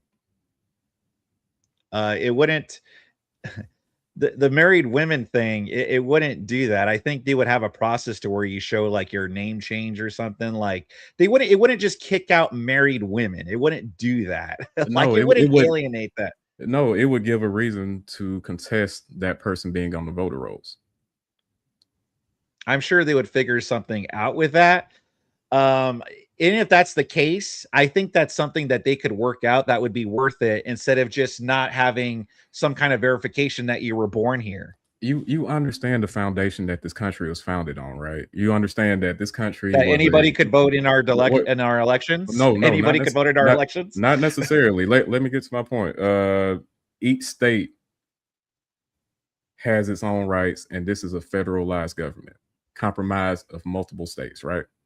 But this is for national elections, though. National elections, true. But how did the founding fathers want that process to go? Did they put that in the hands of the federal government or the states? The voting process? All voting processes. Originally, what they wanted, I know they didn't want a pure democracy. That's why we don't have just a pure popular vote. That's why we have an electoral vote, because they knew how bad democracy was. Yeah, of course. And But so, in terms of who they gave the power to first, I mean, off the top of my head, I don't know. What I do know is I don't think they wanted people from other countries being able to just vote in our elections. they also didn't want federal control of our elections because they know the slippery slope that would entail. All it needs is one tyrant to completely control elections for the rest of eternity. That's why I they think did. That's why they didn't hand control to the overall federal government of its own elections. I don't think it's tyranny if the federal government made it mandatory for national elections, a federal election, to have voter ID in order to protect the integrity of our elections. I don't Do think you they would have any problem with that. do you think that's all that's in the SAVE Act? Just for clarification, do you know that that's only one part of the overall SAVE Act, right? You understand Right. that voter data will also have to be shared with the federal government, and based on that data, the federal government can make recommendations on who should be removed from the voter rolls. That's a next level form of control. And if a Democrat gets into the White House next time, do you want that Democrat deciding on who stays on the voter rolls? If the Democrat came in was like, let's get illegals off of the voter rolls, I would be fine with that. No, I mean, if the SAVE Act passed today and Donald Trump was able to remove whoever he wanted to off the voter rolls, illegals, whatever, next election, a Democrat gets in. They have control over the voting system now. That's what I'm saying. This is a very slippery slope that we're messing with when we're talking about federal control over elections. And you know, you don't want to give too much control, especially to the executive branch. That's what our founding fathers wanted. I just don't see this as giving into tyranny or anything like that. This is actually about protecting the integrity of our elections. That's like saying, oh, you don't want to give too much control to the bar, being able to see your ID, your address, and your age. You don't want to give them that much control. Therefore, we should just let anyone into the bar. And if they just tell you that they're 21, you just believe them and don't discriminate. Like, it's like, you realize is that, like, that's not tyranny. That's actually trying to protect, like, our country. Yeah, I understand that, but we have against to foreign influence. Yeah, but we have to understand the difference between a private business and the United States government. It's specifically the difference between states and the federal government, the state governments and the federal governments. The founding fathers made very clear that they wanted the elections ran and set up through the states for this very reason. Because if a tyrant is in control of his very own elections, who can stop him? The DOJ that he's also in control of? I just think this framing is just, again, I don't think the founding fathers would have any problem with wanting to protect the integrity of our elections. That's what they considered. That's why they set it up that way. Set it up so where we can't ask for verification that we were born here and that we're citizens here. No, it's not that you can't ask. That's why we currently have voter ID laws in most states in this country. But it should be all states. I want voter ID laws here in California. You know, again, we're a sanctuary state for illegals here. You know, so especially in those cases, I definitely want voter ID here. I think in Cali, you do have to provide some type of ID to register to vote. Well, no, because so, like, listen, if you're applying for, like, let's say a driver's license where let's say you're 16, 17-year-old kid and you're applying for a driver's license. I mean, you don't have to provide ID because you don't have ID. You're like a kid. So you provide other methods, none of which, by the way, is a birth certificate unless you're applying for a real ID. That's the only time they ask for a birth certificate. Okay, I'm looking at it here. It says that you can register multiple ways through California, right? And it says that online registration, you will need a California's driver's license or a identification card number, the last 4 digits of your social security number, and your date of birth. If you want to register by mail, you can pick up the paper voter registration application, and You must mail it in and provide the driver's license identification card number or social security number listed on the form. If it doesn't match up with already listed information in the database, it will be refused. Yeah. Okay, So yeah. so there you go. So, social security numbers. Okay, so can someone be given like a fraudulent social security number, or purchase a stolen one or something? Like there's ways to give fraudulent social security numbers, especially if you're here illegally. Yes. So that's not a very good way to verify that you're actually from here. Like I said, the only way is if you're going for a real ID. I would Only if you're agree going with for a you. real ID. I would agree with you, but that's not the only way. Like you can't register solely with just a social security number. You have to register with either a driver's license, identification card number, and a social security number and your date of birth. Yeah, but to get those IDs in the first place, you don't need a birth certificate unless it's a real ID. Okay, but if voter ID, I mean, if the Save Act passed, how does someone without a birth certificate get to vote? They don't. They get shit back. Bye, pal. You can't vote in our elections. You realize there are naturalized citizens in this country, right? Without birth certificates. So naturalized citizens, I believe naturalized citizens aren't allowed to vote. They're not in federal elections for senator, congressman. We could look that up but I'm pretty sure they're not allowed to vote. But I could be wrong. I could be wrong for a second, but I'm pretty sure they are.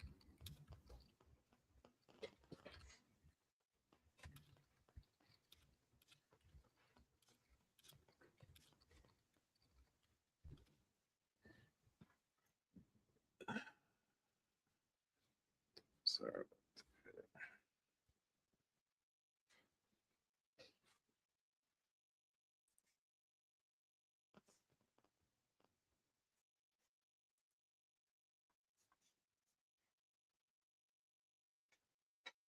Oh shoot! Hold on. I could look it up as well. Yeah, I got some. I messed up my whole stream over here. Yeah, no worries. I'm looking it up too.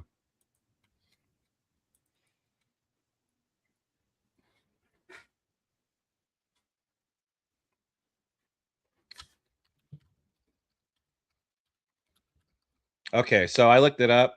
Yes, they are allowed to vote in federal elections. So, okay, so they could. Let's see. Citizen requires voters to be U.S. citizens, actually fully meet this once they complete the national blah blah blah. Or not automatically. You must register separately. Many new citizens will register on the spot. Okay.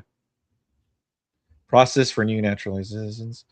So, I'm pretty sure they would, in that case, there would be just like the married women thing.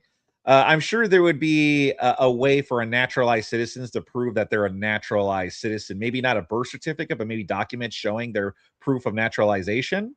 They could probably supply that. So there's ways around it. That doesn't mean that, we just allow no verification at all.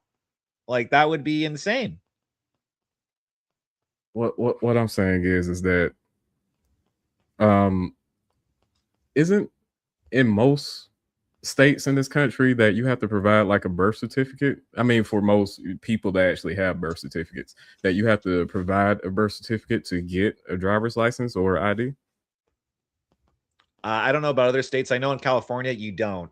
The only time you need a birth certificate is if you're going for a real ID. I know because I'm currently applying to get my real ID and I need to go bring my birth certificate.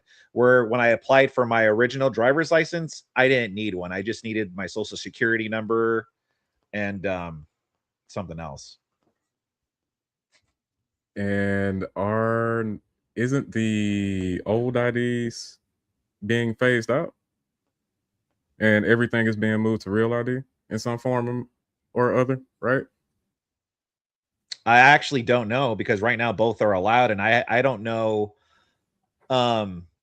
I haven't read anything saying that they're phasing the old IDs out at all. So I don't know. But yeah, I see what you're talking about.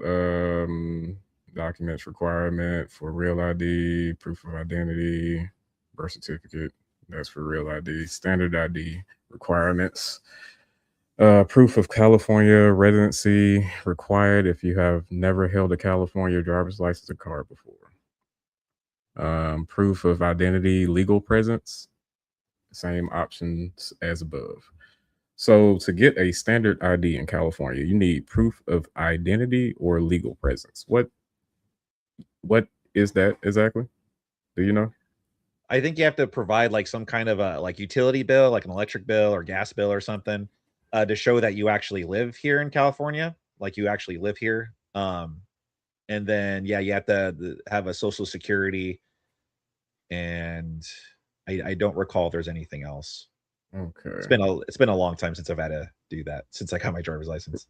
Proof of identity document serves as proof of legal presence. Proof of legal presence documents are below: U.S. passport, U.S. birth certificate, certificate of naturalization, consular report of birth or bride of a U.S. citizen, permanent resident card. Okay, so for non-immigrants or temporary residents, they would have to provide employment authorization document, valid foreign passport, and certain documents reflecting temporary protected status. That's a lot of information that somebody that wouldn't be necessarily documented within this country would have to provide.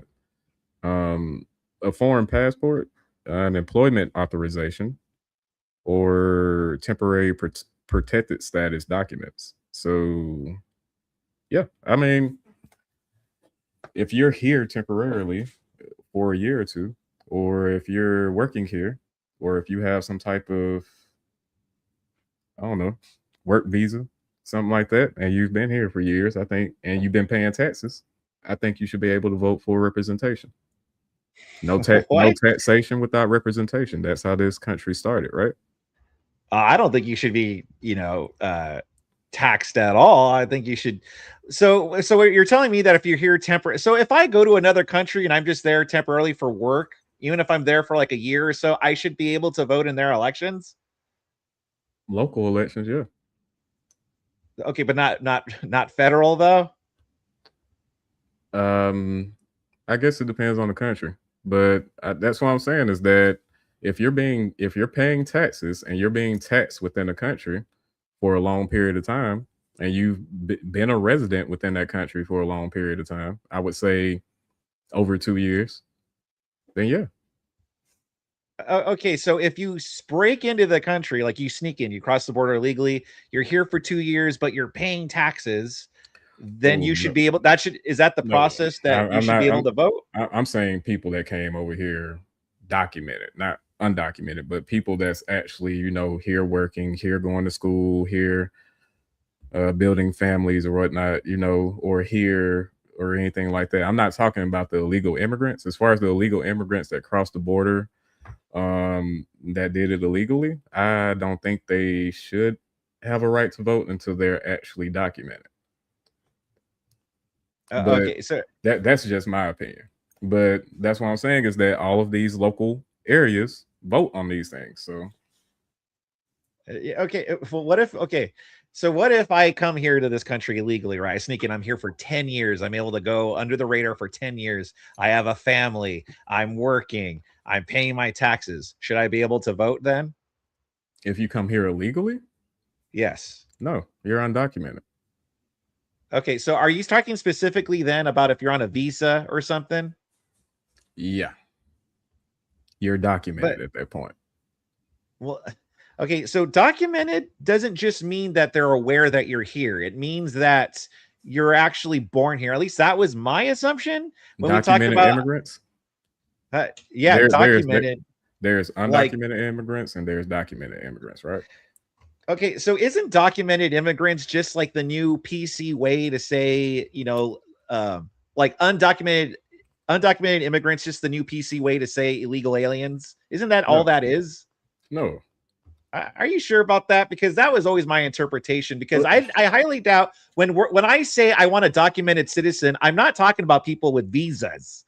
Like that's not what I'm talking about. I'm talking about No. people who were born here. Documented immigrants are lawful permanent residents. Temporary non-immigrants or refugees. Or refugees. Yeah. So refugees should vote here now. Not day one, of course, but what I'm saying is if the refugees come here, such as those South African refugees that came here, and they're here for years, work, a part of the community, pay taxes, then yeah, they should be able to vote, at least in their local elections. Yeah, no, I think they should still go through even if they're a refugee and they're here, they should still go through a process to become a citizen of the country before they have any rights to vote in our elections. Because if they're just here temporarily, like again, temporary, there's no time frame, right? Like, it's temporary. Like, why should we let anyone that's foreign vote in our elections when we don't know how long they're going to be here for? If it's just temporary. Because they are laying down roots here. And I think if somebody's about to leave, they're not really interested in voting anyway. But if somebody's actually investing in this country and they want to participate in the political process, then yes. Yeah, I disagree. I disagree with that. I think you should only be able to vote here if you're naturalized or if you were born here. I think those are the only two options. If you're not here, any of those things, I don't think you should be able to vote in our elections. Well, I mean, it's all different depending on the state. And what Donald Trump is trying to do is make it the same on every state and pretty much removing that right from states. And the Republican Party used to be the party of states' rights and not big government. But this SAVE is one of the biggest pieces of legislation that increases the size of government and power of government. No, because this is the federal government we're talking about. This is not something we should just leave state to state if it's for the national election. Yeah, if we're talking about voting for the governor of a state or something, yeah, that's one thing. But if it's for the president, all the states need to be on the same page here. Otherwise, then you got California, who has a ton of illegals here, voting in our national elections. They're not voting in the national elections. There's no proof of that. Even the Heritage Foundation hasn't found the Republican conservative think tank, the Heritage Foundation, hasn't found any large numbers of proof of illegal voting. How can you find that? How can you find that? You can find it looking at there's all types of ways that you can find illegal voting if you're actually looking for it. Like I said, Donald Trump, the most powerful man in the country at the time of 2020, when he was crying about illegal voting, he said that he had proof. Even Rudy Giuliani said that they had proof, but they didn't. They accused two poll workers in Georgia, two black poll workers, I remind you, in Georgia, of do you think there was racism? Putting in votes. Do you think he singled them out because they were black? They're like, oh, the black ones. That's who's doing it. Not necessarily, but I think it didn't help the situation either. What do you mean it didn't help? Like it just their image or just it's a well-known fact that the black woman is the most disrespected demographic in this country. I don't know if that's a well-known fact. I don't know. I don't know if it's a well-known fact, but yeah, let's just carry on. I just wanted to ask that because you specifically pointed out two black poll workers. I didn't know why that was relevant. I said that because Giuliani specifically pointed to that as voter fraud. But then when he came to the court hearings in a statement, he admitted to lying. And not only that, he lost that court case and had to pay them women out millions of dollars. Well, so he admitted to lying specifically. What was the specific thing he admitted to lying about? Them cheating. Well, I think he said that they were stuffing the ballots and stuffing the boxes and switching ballots and whatnot. And he said in a statement that it's not illegal to lie publicly. Oh, so he didn't admit to lying. He just said that it's not illegal to lie publicly. So he No. didn't admit to like lying. He acknowledged that what he said was a lie, and to defend that, he said that it's not illegal to lie publicly. He acknowledged that he told a lie on Fox News. I remind you, that also got sued because of that. What was that? Yeah, voting machine? The machines. Yeah, the voting machines thing. That was Yeah. the biggest lawsuit payout in history at that point by a news station. I'm just saying that, like, nationally, I don't think it's tyranny to ask for nationwide voter ID mandates, or because, like I said, it's not, you're going to have California and you say, well, there's no proof. There's no proof. Well, how do we know though if they're voting here illegally? Like, how can we really verify?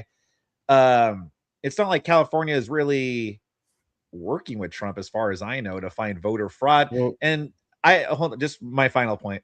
When I went to vote recently, like, you could just kind of, they don't really do a good job of verifying. They just verified your address and that's it, because you don't ask for voter ID. So, I mean, illegals have addresses here. So why wouldn't they vote? You think that's all you need to vote is address in the United States? Well, I'm just telling you, that's how California verifies it. They verify with the thumbprint and then a signature and then your proof of address. Like, they just ask for your address and they match that, and then that's it. That doesn't prove you're a citizen here, though. That sounds a little iffy. I would have to dig into California's voting process a little bit more directly, especially on the local level. Now, I'm aware that on the federal level, it takes California forever to count votes. It pisses me off too. But yeah, I would have to dig into that and actually see the actual process, because I'm not too familiar with California specifically and their local elections, to be honest with you. But yeah, I will let you have that. I don't have anything to rebut that, because I don't really. I would have to actually do some reading on that. And then how come when I forgot who said, but how come when there was the idea of having ICE at voting stations, Democrats all of a sudden were like, well, hey, wait a minute. Like, if there was no one who is illegal voting, why would that be an issue? Because we have untrained individuals in our ICE department, and that's what, like, individuals. Even then, one is a problem.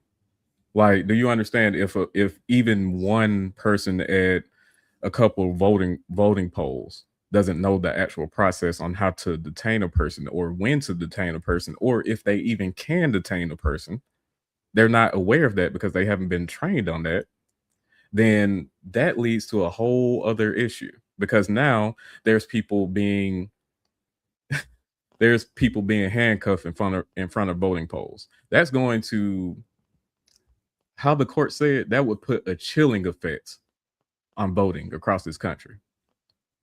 I would hope it would put a chilling effect against people who are illegal who want to vote. That's what I would hope. It would put a chilling effect and would encourage them to stay away from the voting polls. So, hey, if it does put a chilling effect, I'm fine with that. It ain't going to stop me from voting because I'm legal here. So I got nothing to worry about. It's not necessarily just illegals. It's American citizens. It's American citizens that's being pushed around by ICE. Let's put it that way. Are these American citizens also doing some pushing around, though? Also being a little bit kind of being a little wild themselves? Define wild. Well, like, so for instance, they'll get very confrontational with ICE agents. They'll maybe blow the whistle, or they'll like stand in the way of ICE agents. Just try to impede on the ICE agents' process of doing what they're trying to do. Those tactics are no different from what police officers see every protest. But it seems like these ICE agents who are not trained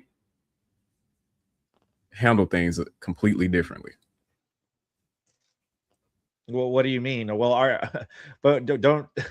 Well, is there nationwide like proof of that? Is there this whole tons, hundreds and hundreds of ICE agents abusing their power, or is that just No, uh leftist nonsense because they don't like ICE and they don't like Trump? no, I'm not saying that it's all of the ICE agents across the nation doing horrendous acts or anything like that, but there is a good bit of those ICE agents that's been um, added to the ICE agents roster, and they've only received about 1 month of training, if not 2. Yeah, I guess I'm gonna have to see the data on that. But But there was a former ICE agent that actually spoke in front of Congress about a month ago that spoke about the shortcuts that was made after Trump took over the White House that they cut out of the training program. So I recommend that you watch that video, that testimony in front of Congress, where he admitted the fact that a lot of training was cut out once Trump took over. so so if that were true, then wouldn't that mean that they would it would be a whole widespread thing where ICE was just, being either abusive or just um how do you say, like, just kind of mishandling situations because they're just so inept because of their lack of training? Wouldn't this be a widespread problem, like a widespread issue then, if that was really the case? I mean, it depends on your definition of widespread. When it happens, I think we had a lot of situations happen across this country in January where we saw not only 2 Americans, sadly, you know, that happened to them, but also we saw not necessarily the criminals being rounded up and sent out of this country. We've seen students who simply spoke out against this country sent out of this country. We've Are you talking seen, about that one guy, Mahmoud Khalil? Are you talking about him, or is this a different person you're talking about? yeah, well, yeah, the guy that was a student and was doing those Palestine protests. Mhm. Um, and I think he's back in this country now because they couldn't do anything about him. Yeah. I think So the I system will. worked, right? Well, he shouldn't have been taken out of this country for speaking in the first place. But also, ISIS rounding up abuelas, old people. They rounded up a father of 2 Marines. Okay. Was he here illegally? I think he was in the process of becoming he was actually actively showing up to court hearings. He was in the process of becoming an American citizen. So he was actually doing the right thing.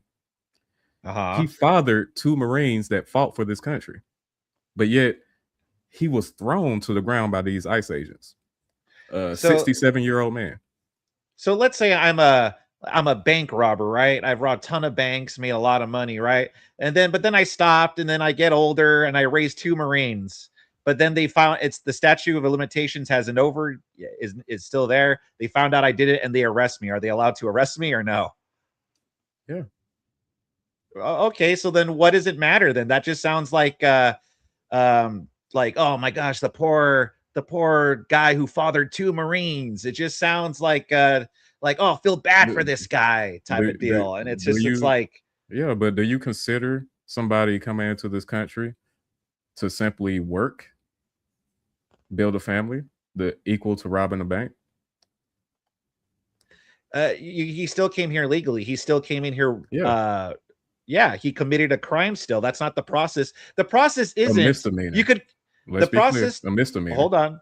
Let's also be clear. The process, as far as last time I checked, the citizenship process isn't just come into this country, and as long as you don't do anything really bad, you could get your citizenship. That wasn't, from what I recall, the process.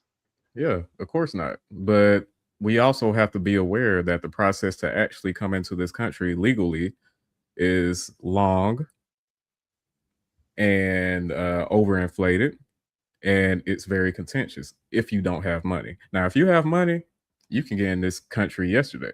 If you have millions of dollars, if you're one of these how you put it, the H-1B visas, one of those high Oh yeah, I IQ know what you're talking about. students, Mhm. yes, you can immediately get in this country.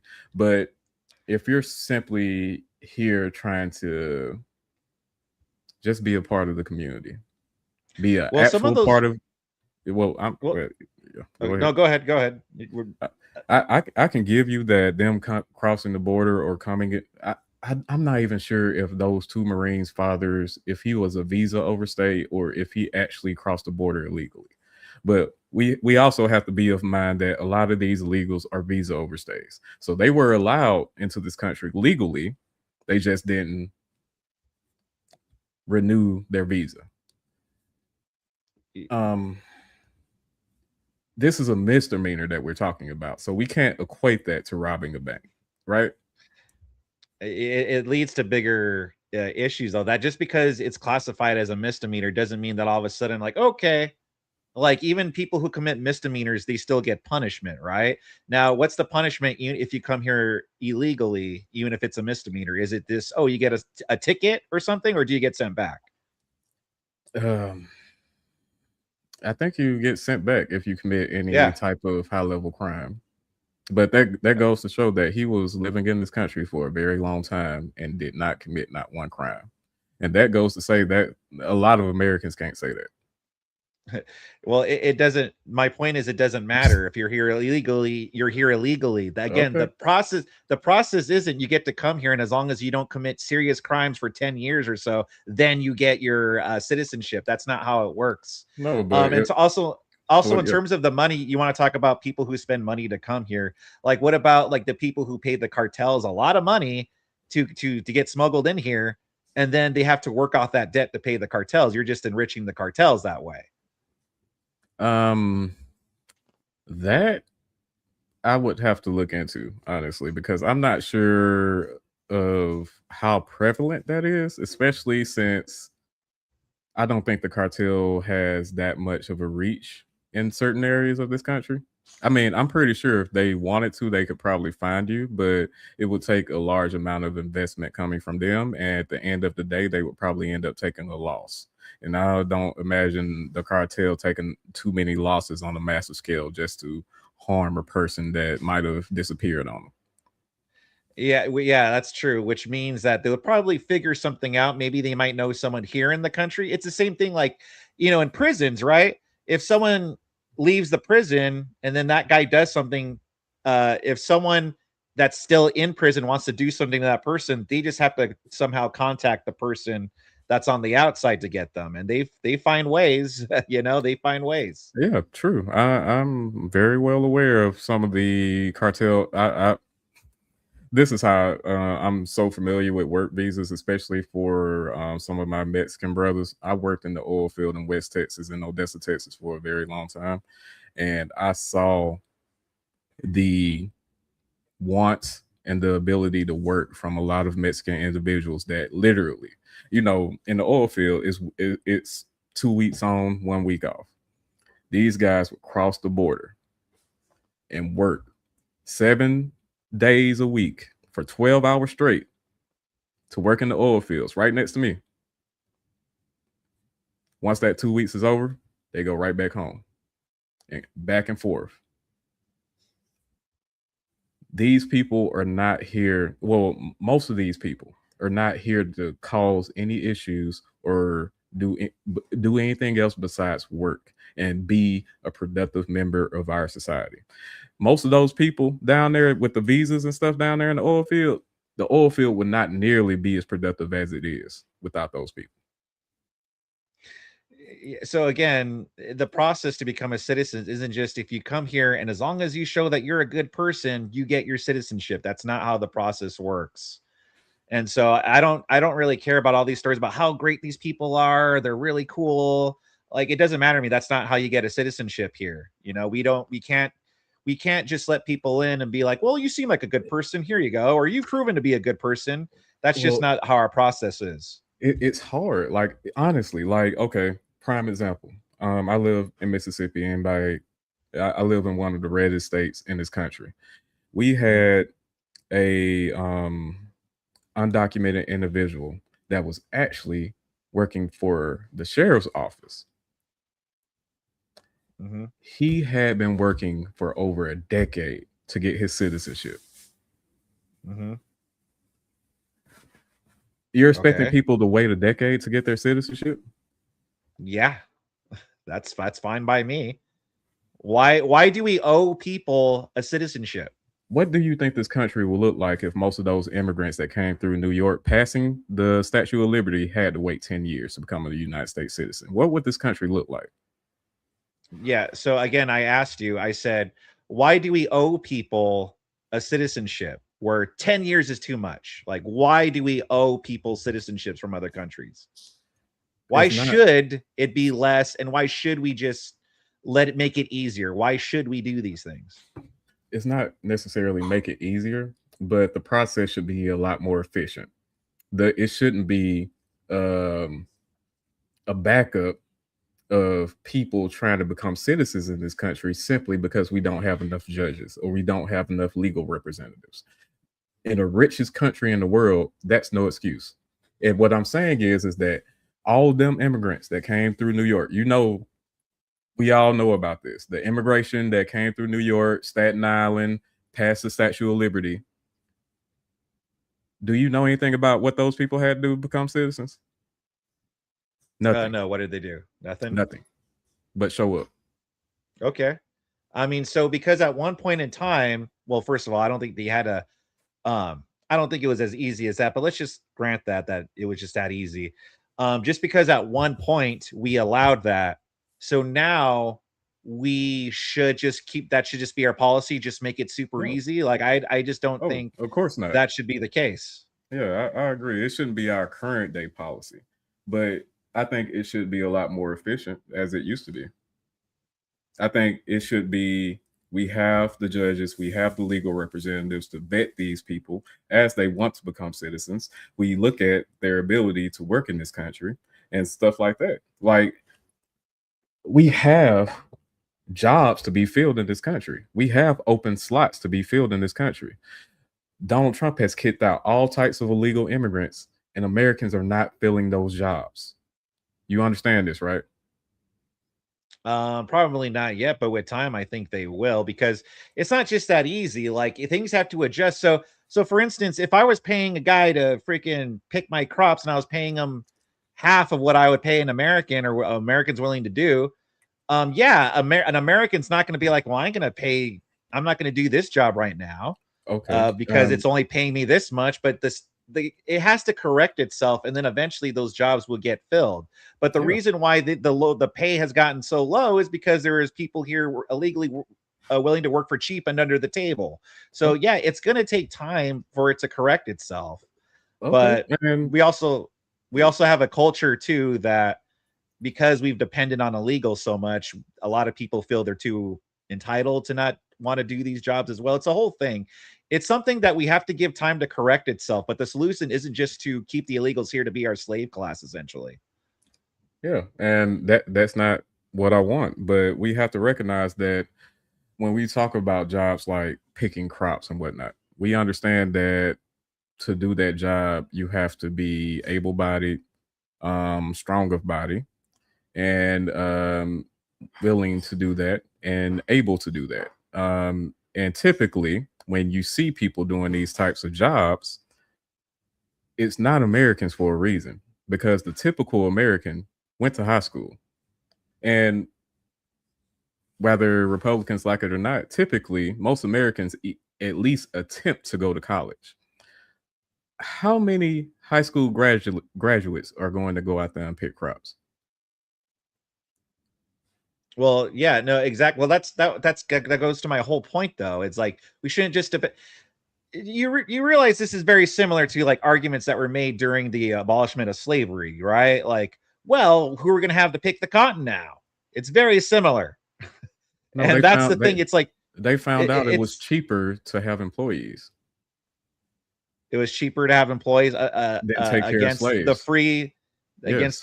labor, essentially. Yes. They found So it out. then why was there such a fight to keep slavery around at that time? Why was half the country against You're not abolishing it? you're not too familiar with sharecropping, are you? No, I'm not. Sharecropping is when immediately after slavery, black people had nowhere to go. Black people had no land of their own. So these old plantation owners provided land essentially where they already stayed. And because they provided that housing and stuff, they had to work their land as employees. They gave them wages, but not American dollars or American coins or anything like that. These were sharecropping wages where you could only spend these wages at the sharecropper store. That's how they found it a lot easier to keep these people around as employees, because sharecropping was still prevalent and was still easily implemented in places like Mississippi. So, okay. So are you saying that they were willing to give up slavery because they had sharecropping? Is that what you're saying? Yes, exactly. That doesn't make any sense, because then why was there a war to keep slavery around? Why did it divide half of the country? Why was the side that was for it, why were they making arguments like, yeah, well, listen, like then it's going to make things more expensive for the economy if you don't have our free labor? Like, why was it a whole thing then if it was just that easy to go to sharecropping? Because they didn't necessarily know what the future was going to look like. They thought that Abraham Lincoln was going to come into the White House, allow African Americans be free, give them land like he promised to do, and actually give them a foothold in this country. But what actually happened is that the losers of that Civil War actually ended up getting reparations, actually ended up only getting a slap on the wrist, and they still had full reign control of the South after the few years after the army left. After Wait, are you saying Reconstruction. are you saying they got are you saying African Americans they got reparations? No, I'm saying the slave owners got reparations. African Americans didn't. Okay, I was just clarifying. Yeah. Okay. Yeah, no, I highly doubt that it was that. I'm pretty sure that it was due to the economy stuff. It's the same type of arguments people make now. Well, if we kick out the illegals, who's going to pick our crops? No one's going to be willing to do that. And I hear a lot of economical arguments for people that want to keep illegals around. It's never and then it's like if we really push it, then they'll bring up, oh, but poor Abuela, she has her family here. But really, it's mostly the economy. They always bring it up for the cheap slave, the cheap wage labor, I should say, the cheap labor. Very similar to back then with slavery. So I'm just saying that even if that's the case, the economy will correct itself as it did with slavery. And I don't think that's justification to keep people around. Didn't our GDP go down this past year? The Because of GDP go down. yes, because of loss of labor. Yeah, so I Well, just said that partially it will. because of tariffs. I'll give you that. Tariffs and loss of labor. Yeah, so I said it will correct itself eventually. Of course, when you have a sudden loss in the workforce, it's going to take a hit. It's going to happen. But eventually it's going to correct itself out. But that doesn't mean that we just keep these people here. We shouldn't view these people as just like cheap labor to have around. You know, we should we should actually want these people here and to come Yeah. here legally, not just to have as our cheap Well, labor force. Yeah, just to be clear, how did you say those jobs will be filled eventually? I said eventually the wages, like if so, for instance, if we didn't have any illegals, then eventually the pay would have to go up if you want those positions filled. And what that would mean for our produce. Our produce, it would, well, didn't Donald Trump already said he was going to give the farmers slack? A lot of people in MAGA got kind of upset about Well, that. I think they Donald got Trump said he was yeah, gonna they got a keep them bailout. around. Well, yeah, I know what you're talking about. He said that he would go after the illegal immigrants except for the farming and the produce locations because it would be that harmful to not only our economy but our grocery stores also. Yeah, so he allowed that, which again I disagree with. I'm not pro keeping a cheap slave class here, cheap wage class here. Give them a Um, pathway of citizenship. Give them a path. Yeah, but then what that does is it's going to open the door. I'm like, oh, okay. All we got to do is sneak in now, stay low for as long as we can until we get a president that's willing to give us a pathway to citizenship. Trump is in Again, that's office not right how. now. They can't get in. So if Trump is in office and he has the border locked down, as you say, this is the perfect time to give them pathway to citizenship. If he's not going to go after them and they're continuing to work, and there's taxes being paid somewhere, because I'm pretty sure they're getting paid some money, and you don't get paid money if you don't spend it. So there's taxes coming out somewhere. Give them a pathway to citizenship. No, because that happened already. I believe in California, Ronald Reagan gave amnesty to illegals, and did it fix anything? Like, no, it didn't fix anything. All it does is incentivizes people to keep crossing the border illegally because, again, like, so let's say, yeah, Trump has it locked down, right? Okay, well, the next time a Democrat comes in, they open up the border again. And then what? It's just, it's only locked down for Trump. Well, I will disagree with opening up the border as you try to put out there that visionary type thing, because that's not necessarily accurate, because a lot of those numbers that Trump bring up is included in that immigration app that the Biden administration came up with, that immigration app. If you're seeking asylum or any of that, there's an app that you can download, well, immigrants can download and register, get pre-screened and everything like that, right? A lot of, I believe, Haitians came into this country that way. Mhm. Technically, they can't, under our laws at the time, they came into this country the correct way. Yeah. Why is Trump chipping them back out? Okay, so that would be like, let's say, like I had my house, right? Mhm. And there was a bunch of, let's say I gave people in my neighborhood permission to come in my house and just stay here, right? Now, technically, they're not doing anything wrong. I let them in. However, like people in my family might have an issue with that, even though I did nothing wrong. And so eventually, let's say my wife gets sick of me and I get kicked out or whatever, and then she ends up getting these people out of there.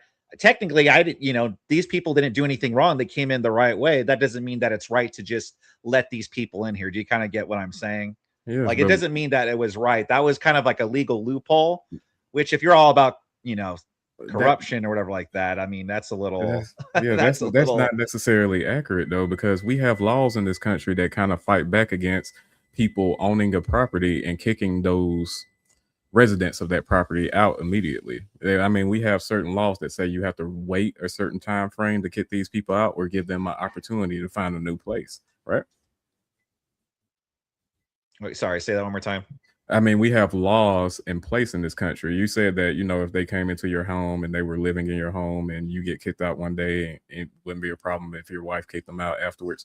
But in that situation, in that hypothetical, we have laws in this country that prevents things like that from happening, because we know something like that can only lead to more harm overall.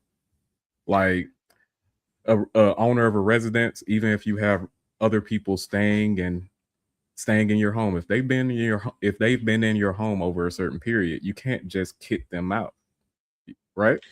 Yeah, so that was purely a hypothetical. I didn't mean that to be an actual scenario. The point I was trying to get across was that just because they came in here, because when Biden was in charge, he made a legal entry, doesn't necessarily mean that it was the right thing to do. And so that's why I don't have a problem with it if Trump kicks those people out of the country. So that's what I was trying to get at with my hypothetical. Explain to me, why wasn't it the right thing to do? If they were pre-screened, if they were verified, we know who they are documented. Why wasn't that the right thing to do? Through an app? It was through an app? They were still verified. They still had to go through customs and everything. So So yeah, what did they check for in customs? Just that you're not smuggling any drugs or weapons or anything? Isn't that No, what they? they at those I know for a fact they check for any type of criminal backgrounds, especially on that app with that pre-screening, and they continue to do that as you're being processed throughout this whole immigration stuff.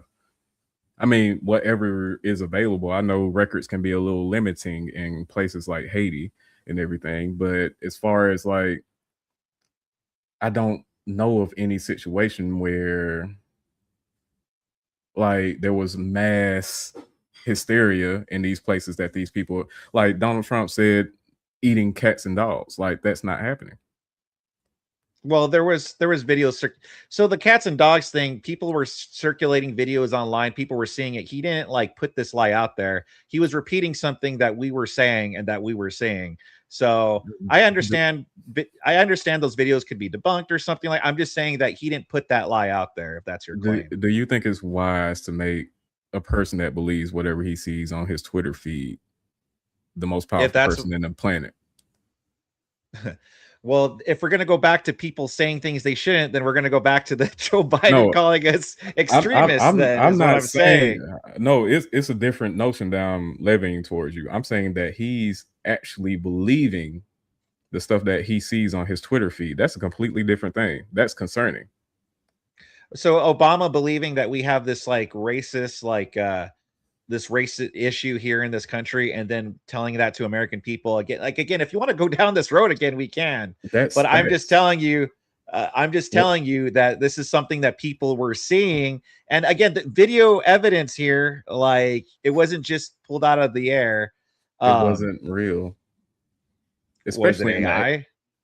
That's what I'm saying. It wasn't real. It wasn't verified. It was no proof of it. Verified by whom? There's no police. Yes, police stations came out and had to say that there's no record of this happening after that debate.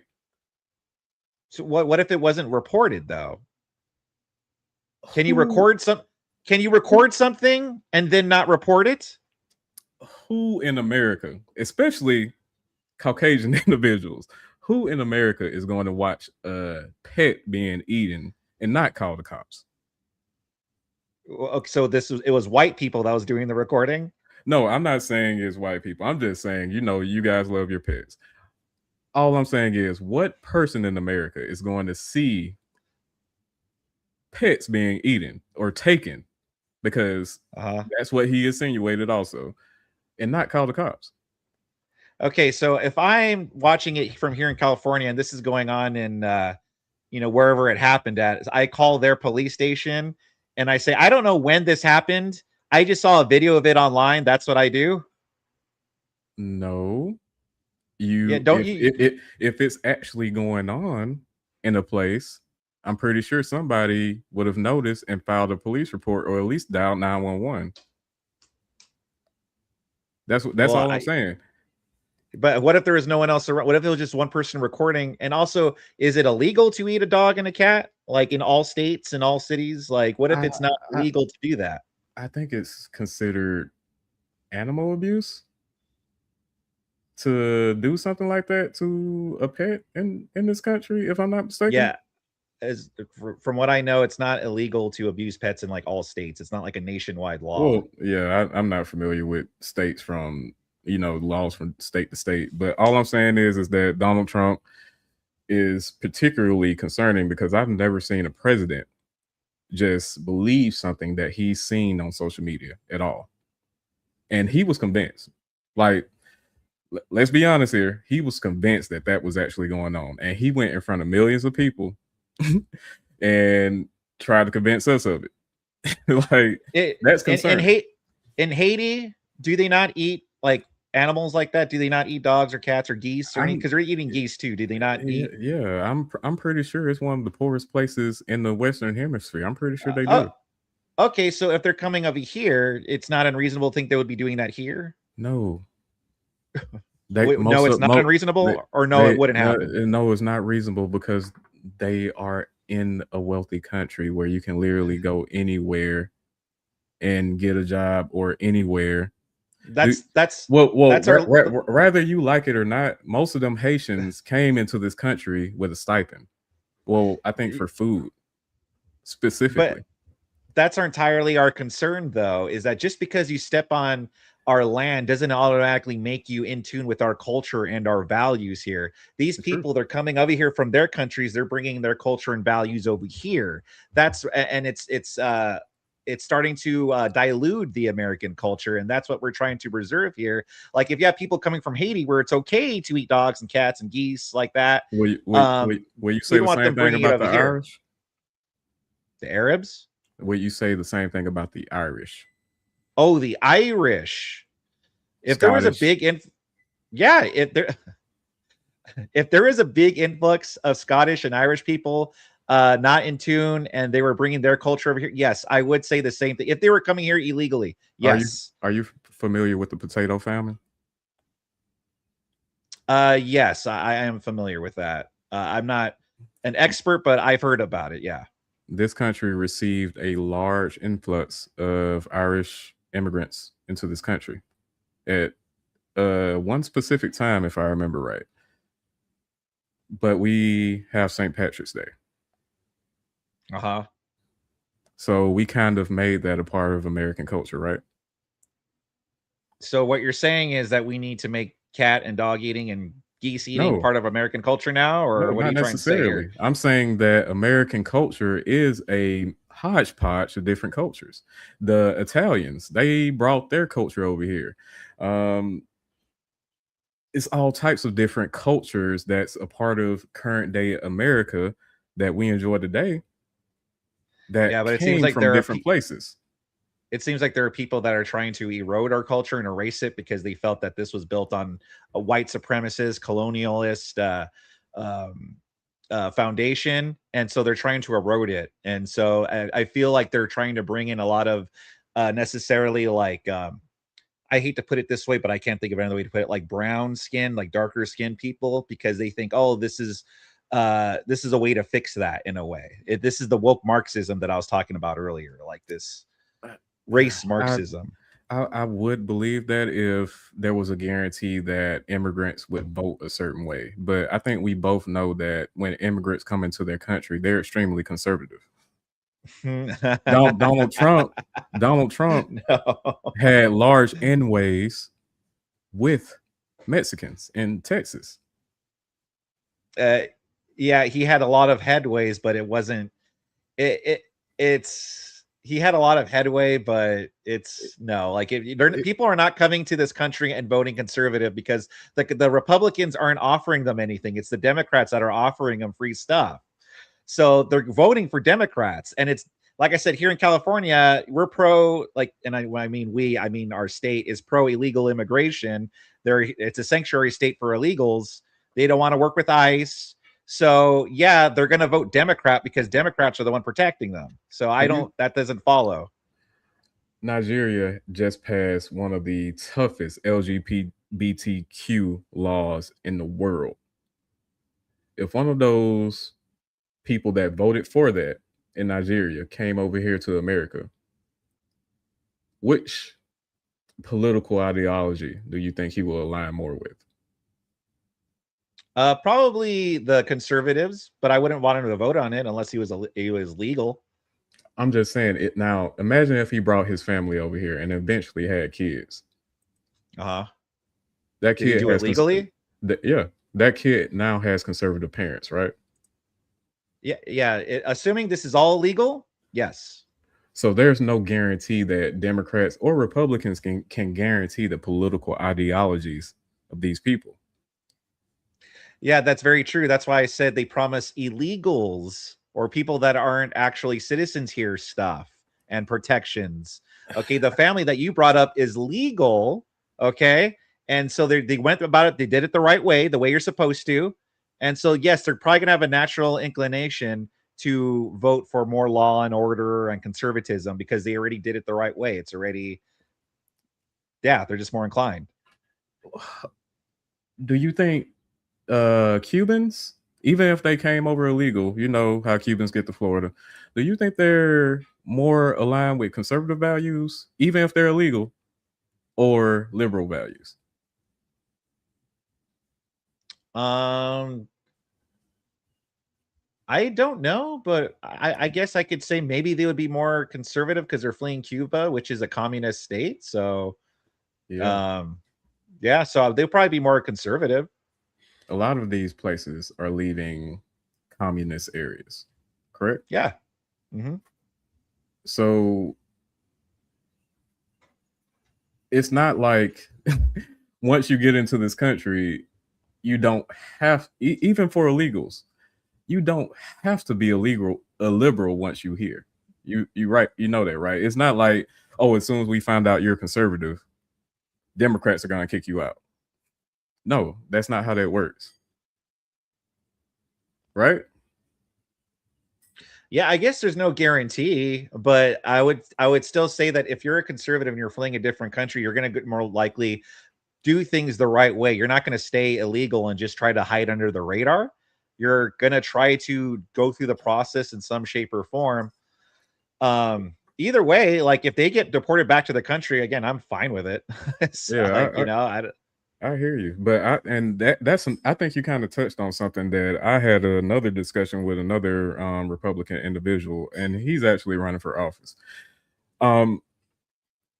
Illegal immigrants. If we look at this logically and try to put ourselves in the mind of an illegal immigrant, do you think this illegal immigrant is going to risk his freedom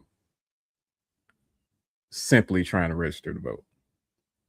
Doesn't get him any money, doesn't do anything to improve his life directly, but he's going to risk the risk he took getting over here. He's going to risk that to register to vote. Yeah, they rarely risk it trying to work. So yeah, I Because think they get would. money from it. You don't get money from voting. You could get protections from voting. If there's a Democrat saying, if you're illegal here, this is a sanctuary, we're going to make this a sanctuary state.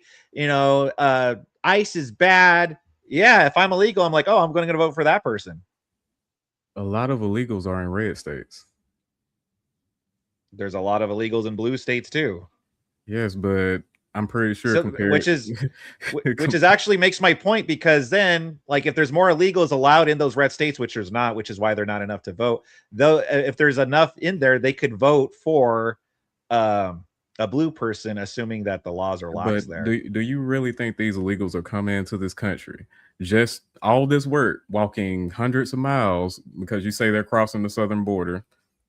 We will talk about them folks that actually walked and did all that work to get here. You think they are going to risk having all of that taken away to attempt to register to vote? Yes. If they go to California, because there's options. There's California, there's Texas. And I'm like, well, I'm going to California because clearly they're more friendlier toward me than Texas. But and yeah. Even in California, I know there's undocumented people that vote in your local elections there, right? Yeah. I don't see an illegal immigrant risking voting in federal elections because they know that is going to bring down some oversight on them. Let's put it that way. I just don't see it. I see if you're coming into this country and you know you're illegal, you come into this country illegally, the last thing I imagine you doing is walking into a place to risk all of that work that you've done to get here for free. I remind you. Now, I understand trying to get a job, because that's the whole purpose of them coming here, is to get access to our economy, to our dollars. I understand that. But voting is free. You don't get paid for that. Yeah, but if, again, like I said, if there's a politician that's promising you protections, like, oh, cool, now I could work and I could have access to that economy where I could send back to my family or just keep here.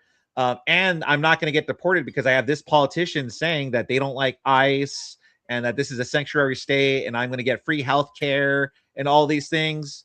Then, yeah, I'm going to like, okay, I'm going to vote for this person. As far as your state, those are local elections, so they're legally able to vote in those, but I'm talking about federal elections where the president of the United States doesn't really have a say-so over that. Okay, so yeah, they could. Like if you had two presidential candidates, one saying the same thing, like you have Donald Trump who's like, I'm gonna build the wall, I'm gonna be harsher on legal immigration. Then you have the one that's like, I'm gonna take down the wall, and I'm also going to, cater to the illegals. Yes, it is gonna affect it on a federal level as well. First of all, that wall was a complete waste of time because it really wasn't going to do anything. He didn't even finish building the wall. But It doesn't really matter to my point, though. I'm just saying that if you have two candidates, one saying they're going to be harsh on illegal immigration, the other one saying they're not, yes, they're going to go for that candidate. Yeah, but for the people that's already here that doesn't have to worry about somebody being harsh on illegal immigration, then I don't see why somebody already here illegally would risk that by voting in a federal election. I don't see it. Like, I don't see people that know they're here illegally risking that freedom just for a vote. They can already, like, for example, people risk things all the time. I know literally. I know they do. People risk things all the time for much less, Yes, typically Americans, because we're more accustomed to risk in several different arenas. But as far as illegal immigrants, I majority of them don't even commit more crime than most Americans. Well, so you said that only like mostly Americans do it, but I mean, you already talked about how, like, well, not you, but specifically people on the left and Democrats will say like, oh my gosh, they risk their lives to get over here to this country. Yeah. So that's a huge risk in itself, just coming over here alone. You don't think that once they already risked their life coming here, right? They've already like risked trying to get a job and start a life here under the radar, and they hear a presidential candidate that's like, yeah, we're gonna abolish ICE, or we're just not gonna be that harsh on it. They're going to be like, oh, cool. Now I don't have to be stressed out as much. I'm going to vote for this candidate here. You don't think that they're going to risk going to the voting poll after risking their lives to hopefully get that candidate in office? Yeah, if there was a political candidate specifically catering to illegal immigrants, but I have not heard of any presidential candidate saying those specific things. Well, the Democrats, just in general, they're very illegal friendly. That's why it's like, go ahead. It depends on where you're at, because there are certain Democrats that are not illegal friendly, such as Obama. Oh yeah, Obama with the turnaways, right? And he also had the kids in the cages and everything. That was before everything went to. That was before when Democrats were kind of normal. Like Bill Clinton was also against illegal immigration. That's before Trump got in and everyone started flipping out against illegal immigration. It was like, oh my God, that's so racist and xenophobic and everything. So now the Democrats have gotten more left, and now they're more friendlier toward the illegals here. Well, perspective matters. And it seems like illegal immigration started becoming a very large issue once Donald Trump started screaming about it. Well, he wasn't the first one to speak out about it. As you said, Obama was against it. Bill Clinton was against it. So what makes Donald Trump different? Which again, I guess that goes back to the original. What makes him different? What's it about Trump? Yeah. He doesn't what was it? He doesn't believe in what is the amendment that makes sure that every person within the United States has to get due process? The 14th Amendment? Due process. The 14th Amendment? Yeah, due process. Every person within this country is required due process. Now, we do have a law within this country that says if you're caught within a certain range of the United States border, you can get kicked right back out. What Donald Trump has been doing is expanding that to the entire country. So if you're illegal anywhere in this country, you haven't been getting due process, which is unconstitutional, and you haven't been having your day in court. So this is the difference between Trump and Obama. Obama abided by that due process standard. If you now in the Obama era, if you were caught within a certain range of the border, you were kicked immediately out without due process. But unlike Trump, anybody outside of that range of the border had due process. Yeah, no, there is due process for for illegals, and it's just different than for American citizens. He's absolutely abiding by it, even in times where it might have been overstepped or he did something wrong. Well, the Supreme Court struck it down, and then they were brought back or returned. The system's working as it should. They are getting due process the same way as they've done before. It just feels like it's just different because it's Trump. It's just different when it's Trump. If Donald That's it. Trump, It's just Orange Man if bad. Donald That's Trump it. had his way, would these people have due process? We don't know that. I think they would. The I mean, he's courts- abided by the courts had to everything stop so him. far. And did he listen? Did he abide by it? No, not at first. But he did, right? The Abrego Garcia situation is a prime example. He's back here though, right? Yeah, he's back here. He's back here mostly because of the courts. And it wasn't because because Trump wanted him back. It doesn't matter if he wanted him back or not. The fact of the matter is he's back here because of the courts. Remember when Joe Biden wanted to wipe out student debt and then the Supreme Court struck him down? Joe Biden still tried to find ways to get that student debt wiped. He didn't just go, "Oh, okay, I guess I lost that one." Donald Trump, I don't see Donald Trump doing that. I don't see him still trying to like get Abrego Garcia out of here. He deported him, he got brought back, and he's back. That's it. Well, the difference between that is that that first statement you made, Abrego Garcia, before he was shipped out of this country, we can agree that he had zero due process. And that was because the Trump administration saw fit to do so, right? Well, no, it depends what you mean by due process, but they didn't just throw this random guy out. They had reason to believe, due to evidence that he was here illegally and illegally, and they deported him. Exactly, but legal deportation scenarios require that if you want to deport a person, they have to see a judge first, right? Outside of the border area. Yeah, from what I recall, he wasn't a permanent citizen, but he was allowed to be here because of fear gang retaliation in his own country. However, I believe when he got deported, that fear was already gone. Like he could be deported. And they had evidence that he may have committed crimes. I know he wasn't convicted of anything, but there was evidence there. He also had gang affiliations, which was what they're targeting. And then they deported him. That was a very much a stretch. And that's another scenario that was very weird to me on Trump. He posted on his social media Photoshop numbers on this man's fingers and said that those were actual tattoos. This president, I'll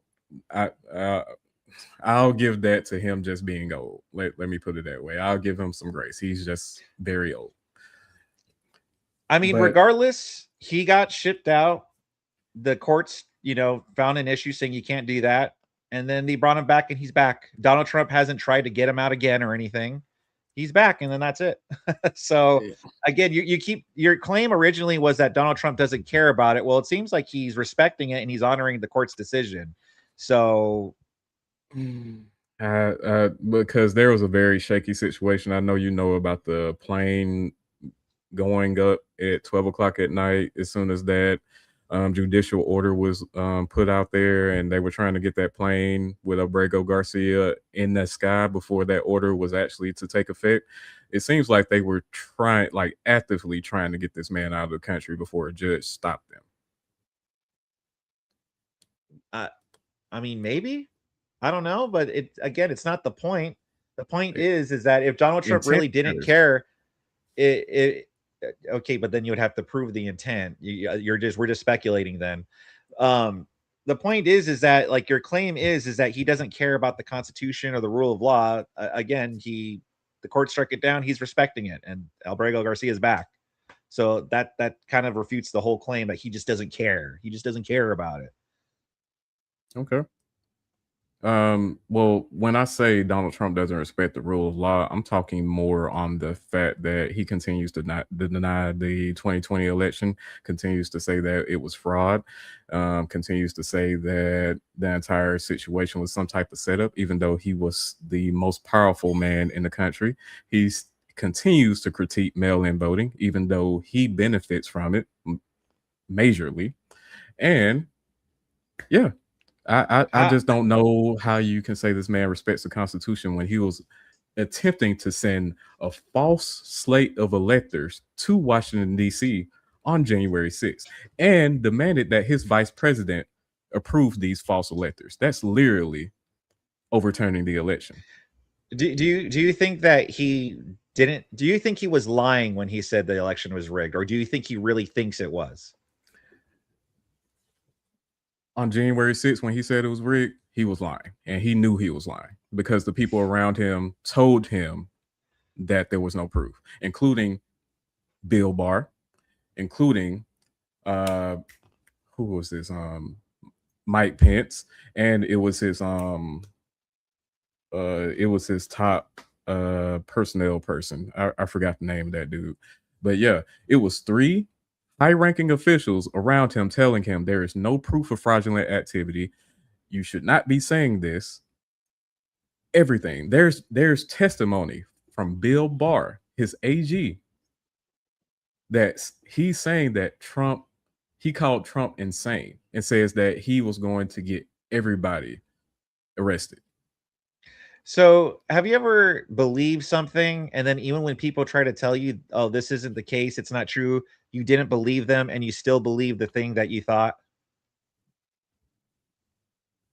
No. And if that is the no, case, even that's never happened, where you really believe something, people around you try to tell you that wasn't true, or someone tried to tell you that, and you still believed what you believed. That's never happened to you. It depends on the credibility of the people telling me that. Like, for example, the top cop in the nation tells me that this did not happen. What if the I'm probably going to believe him a lot more than a random person on the street, right? Okay, what if a top cop in the country tells you there's not a racism problem with police? There's not a racism problem? I would ask him what is his opinion based in? Cite a source. Okay, what if he says there's studies done, there's no plus he's the top cop. He's the top cop. I would look at the information he provided me. And if that information proves what he says, then I would agree with him. Are you sure about that? Or would you still be like, nah, I don't know. I don't know. I'm a very logical person, and I can understand that if there's information that goes against what I believe, I can change what I believe.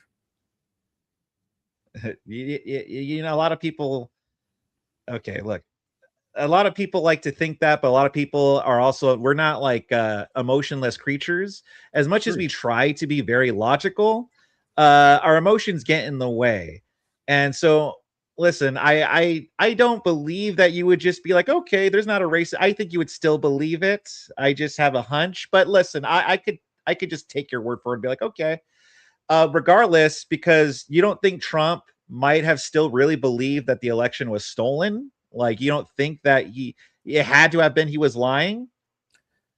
There's a big difference between telling people, American people, all his fans, that he thinks the election was stolen and he knows that the election was stolen. You know that, right? There's a complete difference between those two things. And that shows that he was attempting to do something that no other president before him did. And that was to not only question our democracy, but what's wrong with that? What's wrong with questioning our democracy, though? What's wrong with that? That's fine.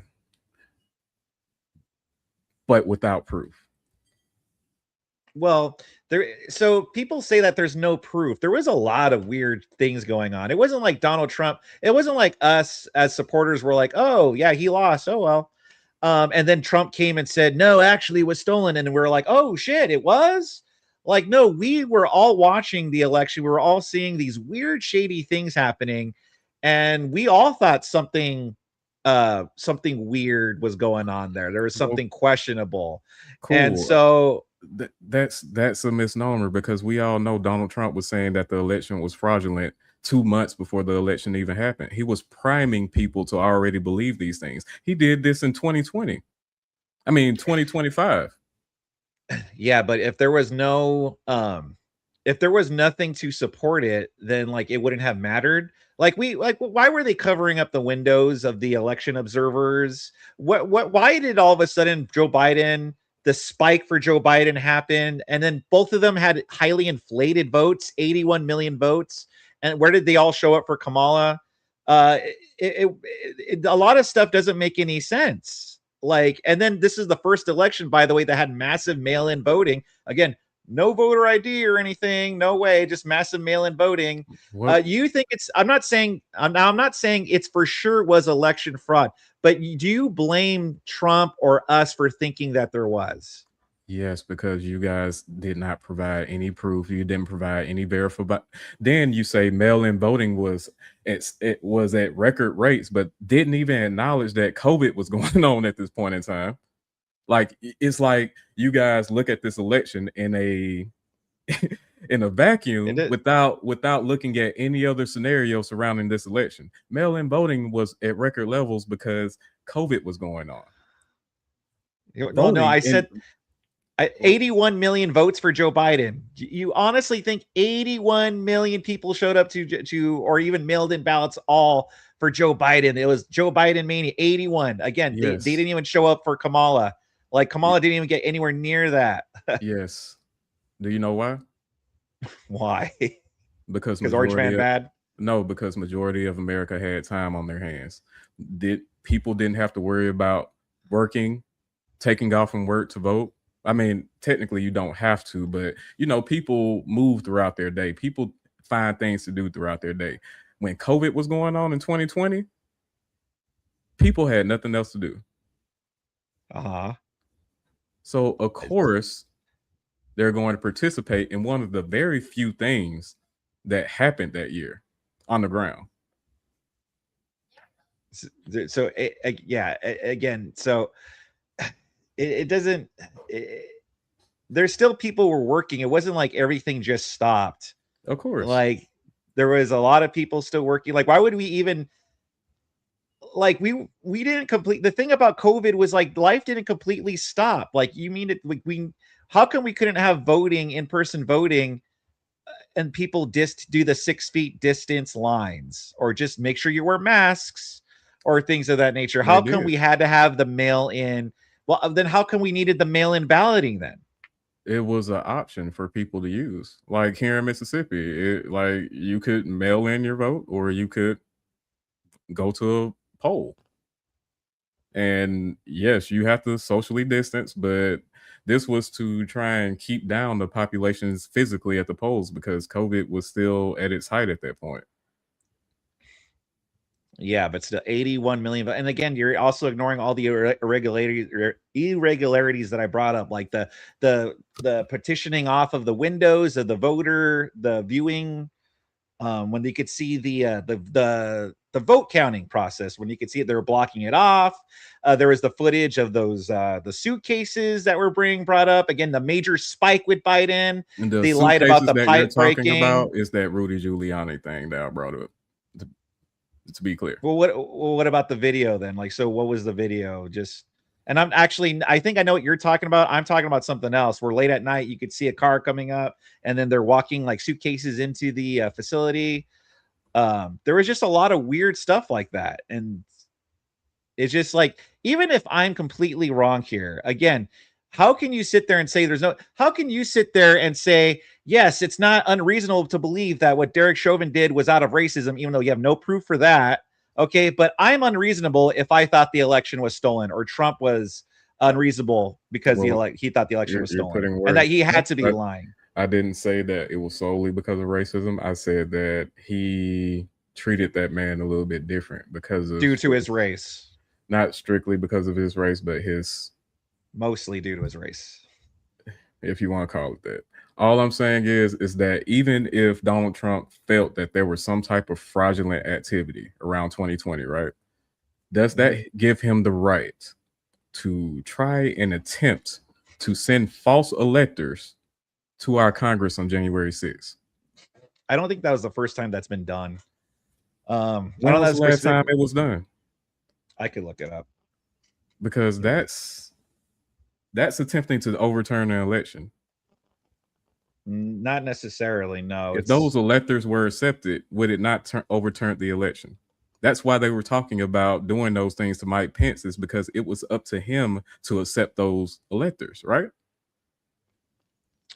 Sure. Yeah. Let me look it up. So That what was was it?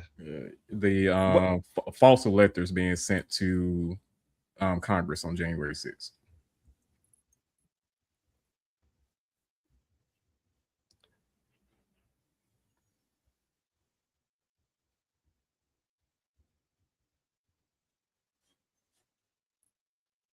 You don't have backup electors, especially with electors not approved by the state. The states have to approve electors. The electors that Trump sent to the White House were not approved by the states.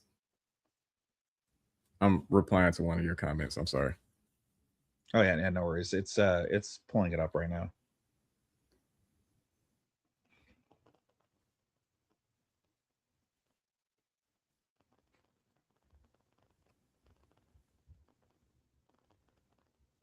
It wasn't an alternate slate of electors. They were not proven by the state.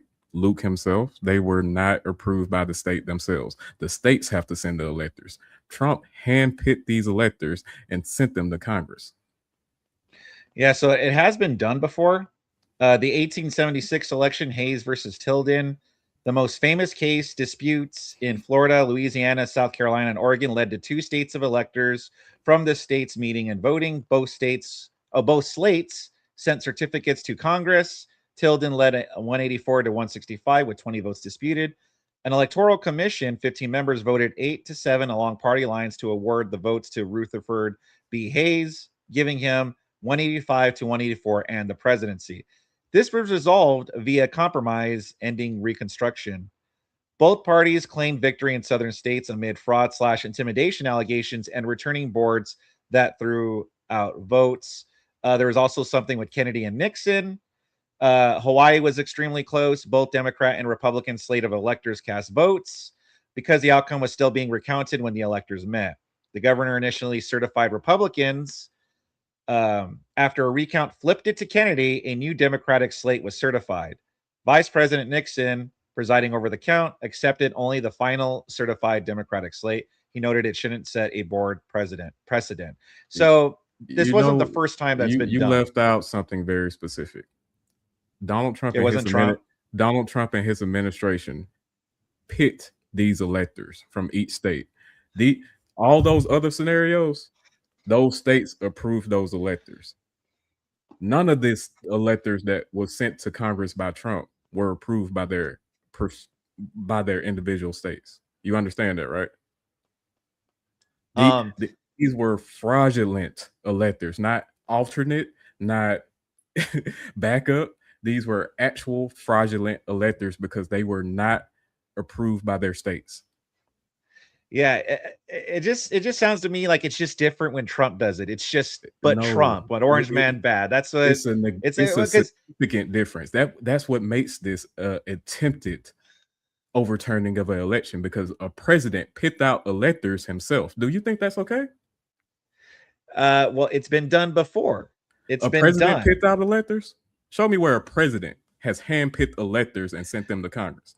What does it matter if it's done by a president or the state? Again, it just feels like you're trying to move the goalpost here because it's Trump. That's all it feels like. Pinpointing what makes this concerning. Did Trump leave the office? Not willingly. He left though, right? I mean, he didn't have to be escorted out. He didn't have a sit-in. he didn't have a sit-in and then had to be like dragged out of there. He left, right? January 6th happened, my guy. While January 6th was going on, he had a whole scheme to send those false electors to Congress. Why was Donald Trump pressuring Mike Pence? You're calling it just answer the question. Why was Donald Trump pressuring Mike Pence? Well, because he felt that the election was rigged. What was he asking Mike Pence to do? Let me look it up. What was Trump asking Mike Pence to do? With what? Like the electoral votes, or on January 6th? On Jan 6th.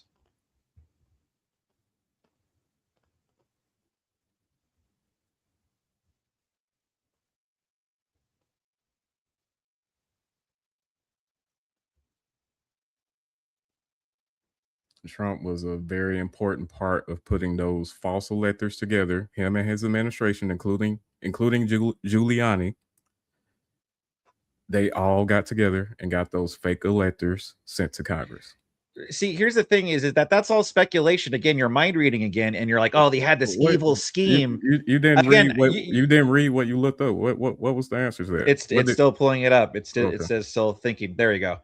Pressured Mike Pence as president of the Senate, residing over the joint session of Congress, to take actions that would have disrupted or altered the certification of the 2020 electoral vote results in Trump's favor. What Trump specifically asked Pence to do. Trump and his legal allies wanted Pence to reject or return electoral votes from several states Biden won, unilaterally declare that there were no valid electors from those states due to alleged fraud, reducing the total electoral votes and potentially flipping the outcome to Trump, or sending it to the House for a contingent election where Republicans held an advantage by state delegation, pause or adjourn the count for 10 days or longer to allow state legislature to investigate or appoint alternate electors. So that's what I remember it being, that he wanted to pause the count. He didn't want to try to just be declared the winner. It's because the counts, the courts were just throwing everything out, and he was like, he wanted this stuff to be looked into. He wanted it to be investigated. Which we all did. Again, we all saw shady things going on. And so that's what he wanted to do. But that failed. That failed. And did he left? Did he left? Did he leave? Yes, but when he called the Secretary of State, when he called the Secretary of State in Georgia, he wasn't asking for investigations. He was asking for votes. No, he wasn't asking for votes. Like, he wasn't, I know what you're talking about. He wasn't asking for like made up votes. Like, he wasn't saying, yo, just make up more votes. He was trying to, I forgot the details, but I just know it wasn't like fraudulent votes. What about the Secretary of State in Arizona? He is a hardline Republican. Like, he is a Republican if I ever seen one in my life. He actually voted for Trump in that election. Giuliani and Trump's personal lawyer went down to Arizona to see the Secretary of State in Arizona. Do you know anything about that meeting? I think so, but refresh my memory. Giuliani and Trump's personal lawyer went down there to meet the Secretary of State. They asked him to not allow Arizona to go to Biden. Even though he won the votes, they didn't ask for any of the investigations. They simply asked the Secretary of State to not allow Arizona to go to Biden. Isn't Arizona under investigation right now for voter fraud? No, not that I'm aware of. Let me look it up. Arizona, Arizona, that was a controversial state. Okay.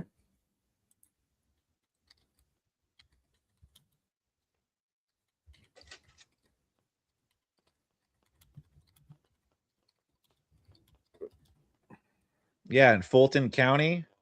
That's Georgia. Oh. Okay, well, it's pulling it up. Yeah, that's when he sent Tulsi Gabbard down to Fulton County, Georgia to get all that voter data. But it's weird because they still haven't come out with any verified proof of voter fraud. So, yeah, there is no credible evidence of widespread voter fraud by major Yeah. Arizona is under investigation for voter fraud. Investigation for what? Based on what criteria? The U.S. Department of Justice has sent letters threatening criminal prosecution of Arizona election officials, including Secretary of State Adrian Fontes, if they knowingly allow non-citizens on voter rolls or count their ballots. Similar letters went to multiple states. The DOJ is also deploying election monitors to Arizona counties like Maricopa, Apache, Pima for upcoming elections, citing potential past issues and aiming to boost confidence. Arizona officials have called some this intimidation or politically motivated. 2020 election related probes. The Arizona fake electors case continues with charges like fraud, forgery, conspiracy. That's the fake electors. The 18 Republican individuals, including 11 Arizona Republicans, who signed a fraudulent certificate of ascertainment claiming Donald Trump won the 2020 election. That's the fake elect prosecution. Okay. Yeah, I got it. There's more though. Federal investigations have sought records from Maricopa County's 2020 processes and the Cyber Ninjas audit, which found Biden won by a slightly larger margin than originally certified with no widespread fraud. Some records were taken, but this ties more to reviewing past claims and uncovering new fraud.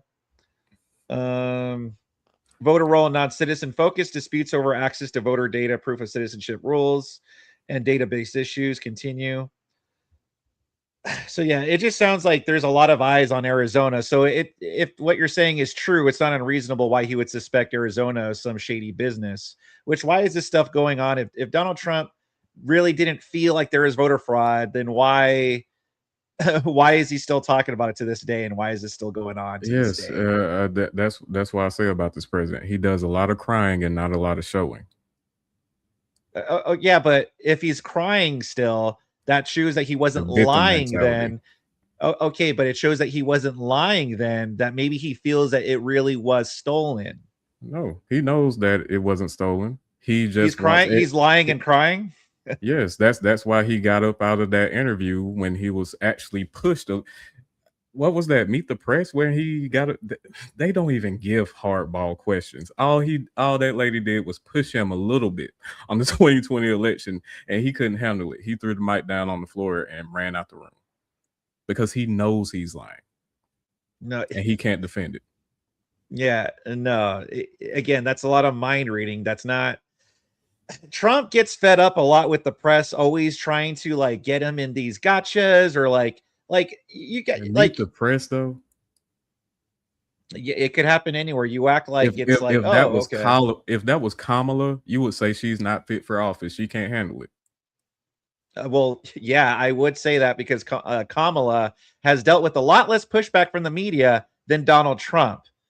Kamala couldn't even take a Joe Rogan interview because she didn't want to look bad in there. She had to take that Call Her Daddy podcast show and everything that Donald Trump has ever had. Huh? Name the toughest interview that you've seen Trump ever have. I mean, most of them, like a lot of them, they always try to get him in gotchas. They always try to get him. Are you really saying, like, look at how you feel about Trump? Trump bad, Orange Man bad. You don't think people that are interviewing him feel the same way about him, or people in Congress? Most of the people that's interviewing him, or he calls in the freaking shows, it's on Fox News, Newsmax. It's somewhere on the conservative side. No, that is not true. He's taken a lot of media interviews. That's why I'm having a hard time recounting, because he's taken a lot. There is the one with that one lady who doesn't she work for CNN, or she worked for some left-leaning, and she did an interview with him. He does interviews all over the place, where Kamala Harris didn't even want to do Joe Rogan, and she had to do that Call Her Daddy, where they had to rebuild the studio there. It was very carefully handled. You had Joe Biden, where the toughest question he has is like, hey, what ice cream is your favorite? It's just, being asked, which ice cream is your favorite, Joe Biden? That's the toughest question he has to take. I don't think so. Especially after the other debate with Trump, Biden and Trump, I think it was very, that's another good example. man, what debate he had where they fact checked like everything Trump said and barely anything for, was it Kamala or whoever he was debating? Like they barely fact checked anything. Yeah, And it then it was puts out Kamala. this, and then it okay, and then it so it puts out this image. It's like, well, they have to fact check him more because he's just always lying. And then people like you buy it and are like, oh shit, yeah, he's just always lying. He's just this big liar and he Orange Man bad. When in reality, Kamala Harris said things that weren't true either, but they let her skip by that, and then they only fact checked Donald Trump on everything.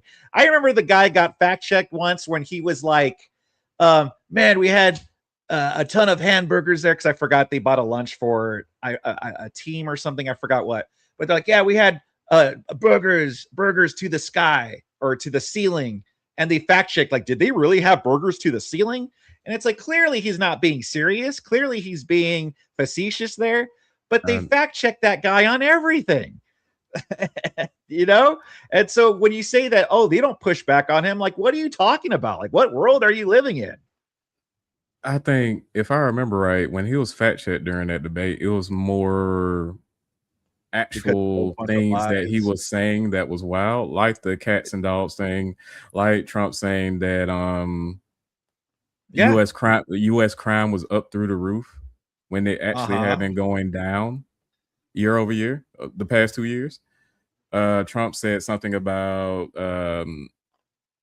and everything Kamala said was truthful, right? 100% facts, right?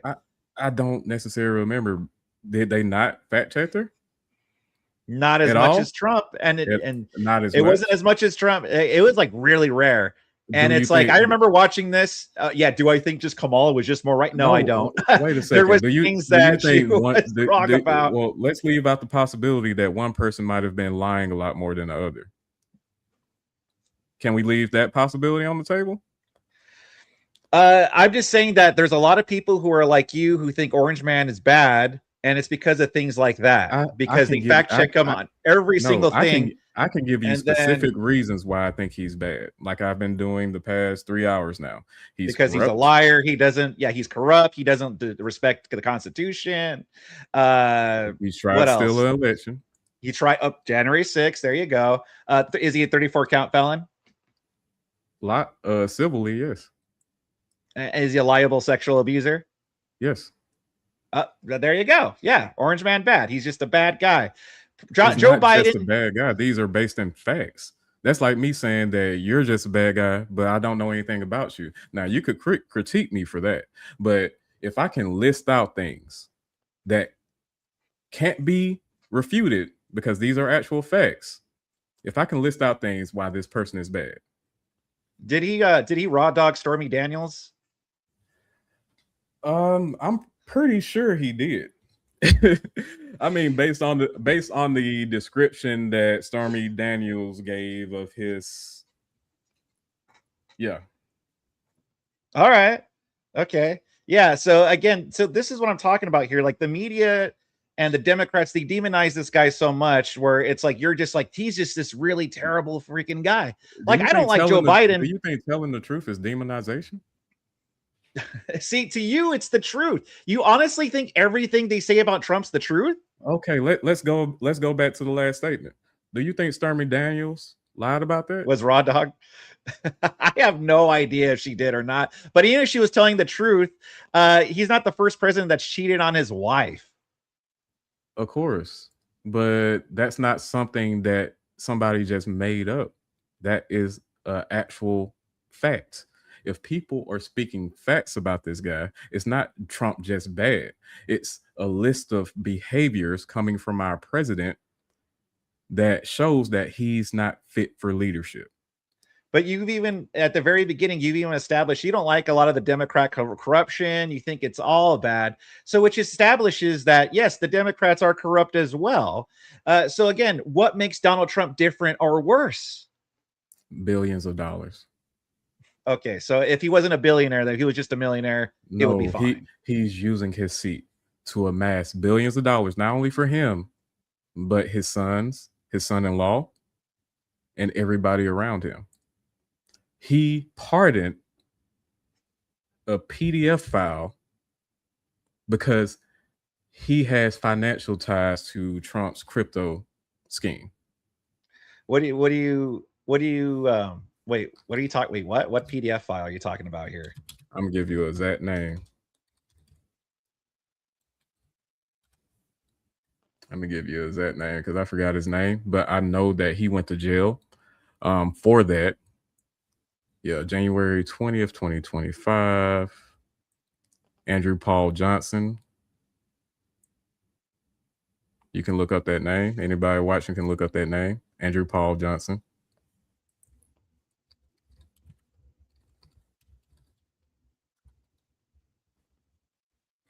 And he was a convicted, and he was pardoned by Trump. And that this is a fact. This is actual truth here. There's actual proof, not just hearsay or anything. There's no hearsay. He was convicted in Florida. Okay. So you were. I didn't know if you were talking about a January 6er. You're talking about January 6er, right? No, there's multiple people. Because I pulled up Andrew Paul Johnson. It's the January 6er. Shang Ping Zhao, commonly known as CZ. Shang Ping Zhao? Yeah. Isn't that the one that Tim Walz pardoned? Or no, he was pardoned by Trump. A billionaire co-founder and former CEO of Binance. This same company later invested billions in Trump's cryptocurrency. How do you spell his last name? It is ZHAO,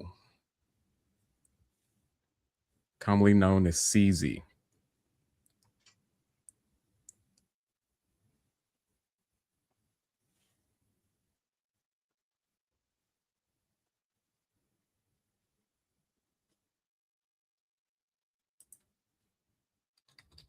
Oh, yeah, it's still pulling it up. Okay.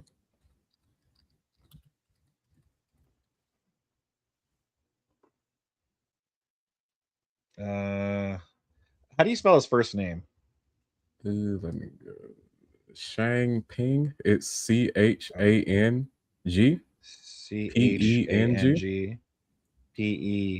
PENG. Okay. Yeah, PENG. Okay, that's probably why nothing came up, because I butchered his name.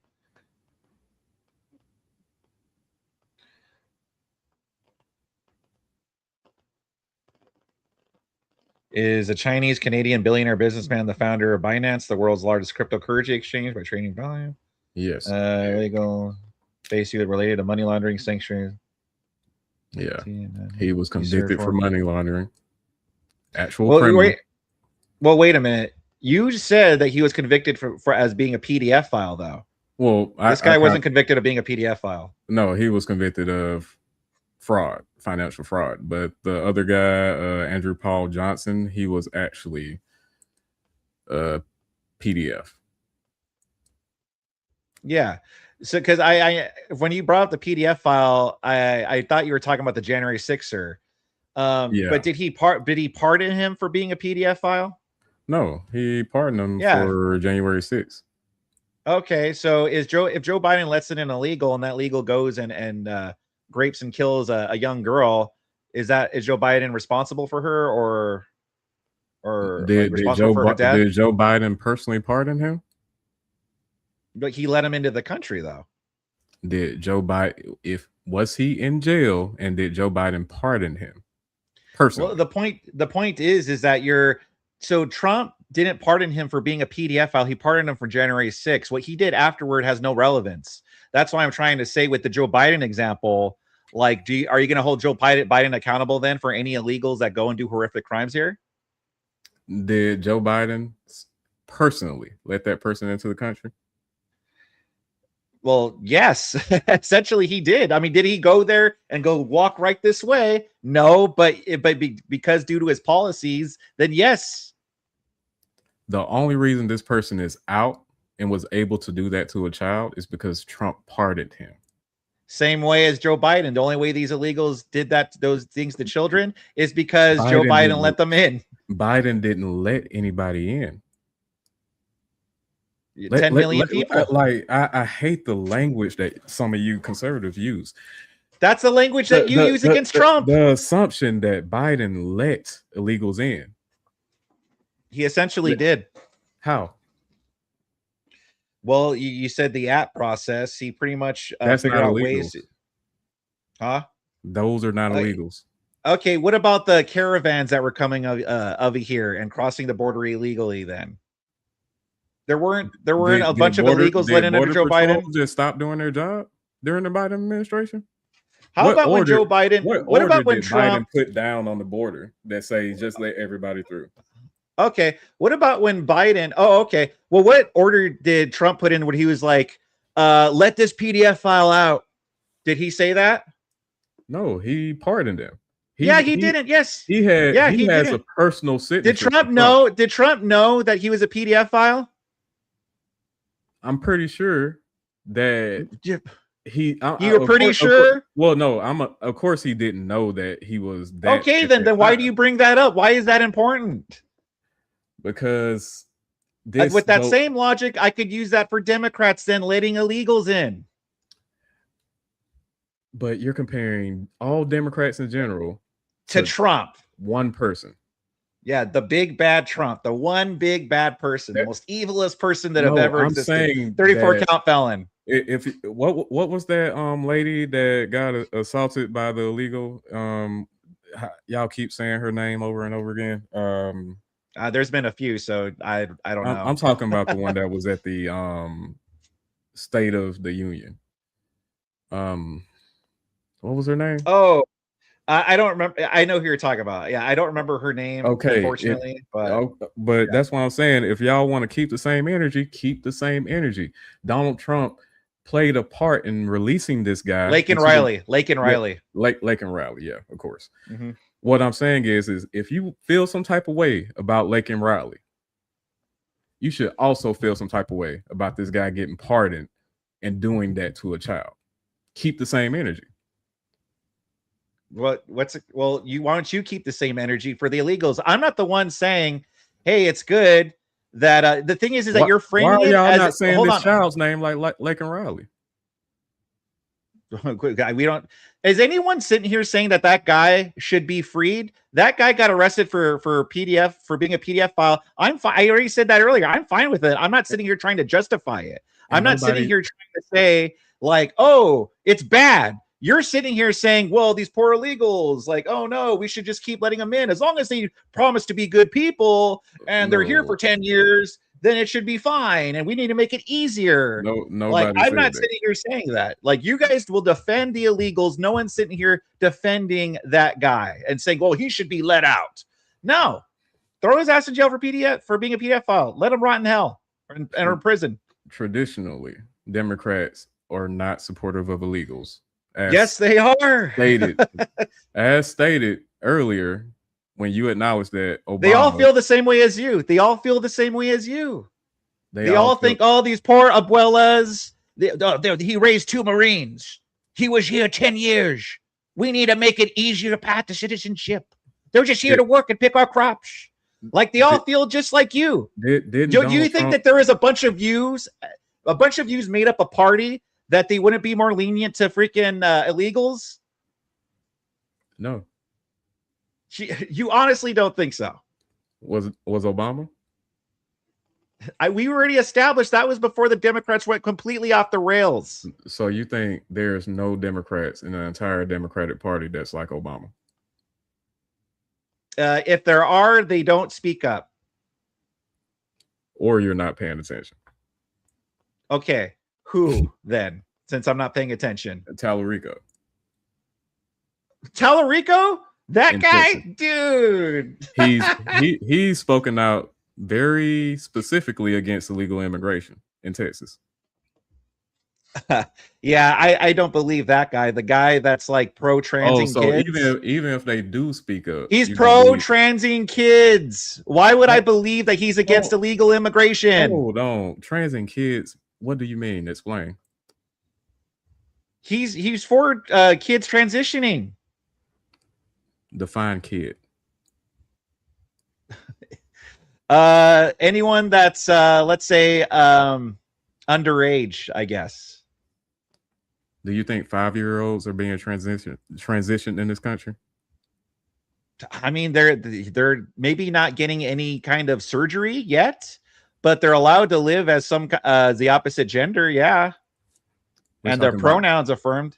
we're talking about transitions, not any That of is the. that's the beginning process of transitioning, is allowing them to live in their preferred identity. That's the beginning phase. Do you think? Dude, are you honestly defending transing kids right now? No, Like, are I'm you not. I'm not. honestly I'm not defending transing kids. What I am defending is government staying out the way of transing of kids? no government staying out the way of the household. That's what the Republican Party used to be about. Is small government. Okay, so if two parents are molesting their kids, the government should stay out of that. No, that's a crime. But that's what's going on in the household. Is transing kids a crime? Not yet, but it should be. What I'm saying is that Just because something is not a crime doesn't mean that it's no, like automatically when you guys say that you want the government to do something, I think about what would happen if the opposite party had that same power. You get what I'm saying? Yeah, I don't buy into that, dude. The Democrats have already done worse. If the government can stop a parent or force a parent not to do something, what stops the government from forcing a parent to do something about their kids? Like, we have to understand, for this to be constitutional and legal, both ways has to be understood. The Democrats, if Republicans want the government to be involved in parenting and in the lives of these kids and say that, hey, even if the parents might be okay with it, you can't do this with your kids. Fine. should kids be forced to be in schooling then? Like, go to public schools? Like, just be like, should they be forced to go through the education system then? Or how about take vaccines? They are not forced currently. You can be homeschooled, and you don't necessarily have to take vaccines if you don't go to a public school. Yeah, but you have to be doing some sort of schooling, right? You can't just be a kid at home or whatever. You have to be doing some sort of schooling, if it's not public or private. Well, what if you're not being homeschooled? What if you're not going through the set curriculum that they have for homeschooling, and you're out, I don't know, whatever it is that you're doing, helping on the farm or something like that, and you're not doing that? Well, I mean, Amish do it every day, don't they? Do Amish kids go to public schools? That's actually a good question. I don't know. I'm just asking because I don't know either, but I just automatically start thinking about different things in my brain when you said that. But that's what I'm saying, is that kids don't necessarily have to go to public schools or anything like that. There's not many things in this country that is like an absolute requirement, especially when we're talking about on the individual level. You get what I'm saying? Yeah. Okay, but what about in California here, where it's like kids, if they're transitioning, like if they feel like they're the opposite gender, they're able to keep it from their parents. Like, they don't have to disclose it to their parents. They're able to keep it. And if they disclose it to a teacher, the teacher doesn't have to inform the parents. Isn't that interfering in the household? Yeah, that is a little iffy to me. I don't necessarily agree with that legislation. Yeah. But that's what I'm saying. There's bad legislation and overreach on both sides. Yeah. So when you say like, well, the other side could do it too, the other side's already doing it. Like, I'm not going to allow the threat of, well, they could do bad thing. It's like, they already do bad thing. So why should we not fight back then? It depends on your definition of bad, because bad is subjective. You may think abortions are bad, just any abortion. Also, in the cases of incest, whatever, you might think that is bad. I don't. Yeah. So going back to the transitioning of the kids then, of the children, yes, I guess it's subjective then. But yes, I think transing kids is bad. So yeah, if they put it a law saying you can't transition your children, I would be fine with that. And I think that's a discussion to be had between the parents, the child, and the doctor and psychiatrist. Yeah, nah. I just think if I don't think 18. government should be involved in that. Well, okay. Well, then I guess we're just gonna have to vote forever. Which side wins then, and just hope Because that Democrats don't win. I think honestly that should be left up to, like I said, the parents, the doctor, and a psychiatrist if they choose. What about, like, let's say I'm a parent, I want my kid to get a tattoo. You can sign a piece of paper to give them a tattoo. So you're fine with that? It depends on how old that kid is. Okay. I mean, if I know, like, well, I live in Mississippi where people get married at freaking 16 and 17. So I don't know what to tell you, bro. Like, yeah, but I'm just saying that you won't want the government to tell people what to do in the household. We already do it all the time. So if the government was like, no tattoos for your kids, you would be fine with that. But it doesn't. In this case, government. So you would be fine with it. You would be fine with it because you think tattoos is wrong, exactly? Right? Kids getting tattoos. As long as the parent approves it, I don't see anything wrong with it.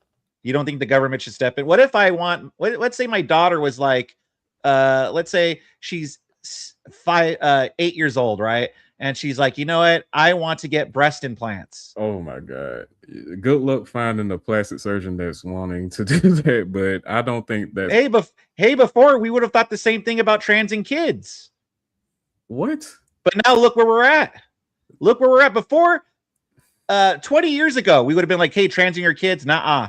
But now look where we're at. Where now it's a debate. Like, hey, is it okay? How do you know in the next 20 years, young girls want to get breast implants, and that doesn't become a topic? And there's people like you. Well, listen, I don't think the government should have a say. 8 years old. I don't think the government should have a say. 8 years old. Whatever you want to do in your house. And that's why I say it should always be up to the parents, the child, a doctor, and a psychiatrist, because any credible doctor worth his weight would recommend against that. No credible doctor. So now if a doctor says, yes, this kid should transition, that's a credible doctor. 20 years ago, that would not have been a credible doctor. Doctors don't make that now decision. It's a credible doctor now everything's changed where that's credible now. Doctors don't make. How do we know in 20 years? Doctors don't make a decision whether or not a child should be transitioned. Usually, from the stuff that I've seen, it's a collective decision, and that kid has seen multiple psychiatrists, and the parents understand this child. I assume that most parents wish the best for their child, right? Can we agree? Most people who are raising their child in their home actually care for their child. Sure, yeah. Okay. But there could be a lot of people that are misguided that would be like, hey, I think transitioning my kid who don't know any better, maybe trust the doctors or something, and I think this is what's best. So, okay, let's say I want the best for my daughter. She's being made fun of. The girls are saying, hey, freaking itty bitty titty committee, hey, you can't hang out with us. So my daughter's distraught. She's getting bullied. She's like, you know what? I think I want breast implants, Dad. And then I go to a doctor. They say that's fine. A psychiatrist, they say that's fine. Then is it okay? How old is she? Let's say, let's be a little bit more generous. Let's say 11 years old. You're talking about breasts in 11 at the age of 11? Yes. Okay. Even if that was the case, how does that help that child? That's where the psychiatrist comes in, because even they wouldn't be bullied. They would be less bullied. They would be less distraught. They wouldn't hate going to school every day. They wouldn't be insecure with themselves because, they're really insecure with their bodies. So, hey, wouldn't that help them mentally? Wouldn't I be helping my daughter to affirm? Do you think people transition because they're bullied and uncomfortable with their bodies? Yes, that's the excuse that the left says. Oh, they're bullied. The society mistreats them. They don't feel comfortable in their body. That's exactly what the left says. So let's get a baseline here. Can we agree that gender dysmorphia is an actual thing? Yes.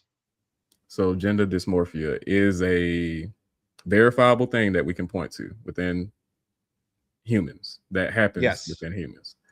Correct. How do you propose treating that? I don't know, but I know it's not transitioning them at a young age. It's the same thing. Like if I'm a schizophrenic and I think the radio is talking to me, you don't affirm me by saying, yes, the radio talks to Vic all the time. They have conversations over there. No, you correct me, you put me on some sort of medication treatment or something. So where I don't think the radio is talking to me. You don't affirm me by telling me the radio's talking to me. What kind of medication can you take for gender dysmorphia? I don't know, but it's better. It has to, but there has to be a better solution than this. Oh, chop your penis off. Come up with one. I'm not a freaking doctor. Why don't the doctors come up with one? That's not just they come up with medication or just, oh, chop your penis off. Most people that have transitioned still have their genitals. Why? Because they don't care for chopping it off. Why? If they really feel like they're a woman? Because it's more about being accepted as that. And like being accepted means allowing men to go into women's locker rooms and bathrooms and sports. Wait, what? No, I'm not saying allow trans athletes in men's sports or that's part of affirming their identity. That's not necessarily true. Yes, it is. That's the whole reason why they're like, oh yeah, let me in here because that's affirming my identity. And if you don't, you're being a bigot or you're going to cause me to unalive myself. There's a well, maybe I'm a little bit more to the middle on this than the average liberal Democrat or whatever. But all I'm saying is that the sports situation, that's very, how you would put it, that's very small percentages. Let's make that clear. It should be zero. It should be zero. And it should be 0%. Even if that is the case, I don't think trans people are playing in like, for example, a trans woman playing in a woman's sport, right? I don't think that should happen. Okay. But I think that they should still have the rights of any other American and be recognized as an individual in America. And have the right to exist, to do anything any other American does. Besides, being in those sports, because we separate genders for a reason, right? If a person has already went through puberty or anything like that, has higher bone density, all these different things, that's going to lead to a situation where we're having different people. It's going to lead to a situation where people don't really trust sports anymore or believe in sports anymore. And that's not something that we really want to do in that situation. But as far as having the right for them to exist, having the right for them to seek the care that they want or any of that, I think that should happen. I believe that as long as you're American, you should have the right to do anything you want. I mean, as long as it's legal, As long as it's legal. Yeah. Well, I don't believe that. I don't believe we have the right to do whatever we want. I don't believe in rights. I believe in that we have privileges granted by the government. I don't think we have rights. I believe we have duties, and I don't think it's our duty to do whatever we want. I just don't. Us doing anything that we want has led to our current society, and so yeah, our current society where we have the Pride months, we have the Pride parades, we have the transing of the children. We're debating, hey, is it okay to trans children? We have the celebration. We have naked men in the street. Because majority of these so-called children that is not even getting their stuff cut off, they're just taking puberty blockers, and y'all call that transitioning.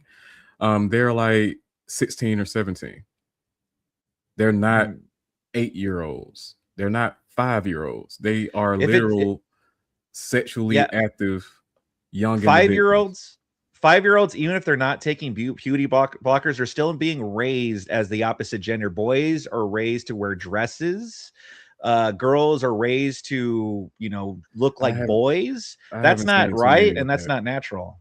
I haven't Yeah, seen too many of that. You might find individual cases because, of course, there should parents be are not. zero cases. Zero That's cases. your opinion.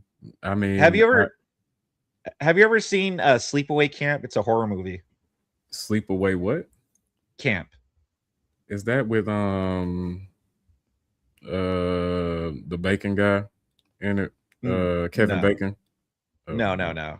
Oh, actually, wait, was he? I don't think it was. But the point is that the killer ends up to being this girl who is actually a boy that was raised as a girl. Like, and that's the big twist at the end. That this was a disturbed young boy because they were forced to be raised as a girl by their overbearing, I think, aunt.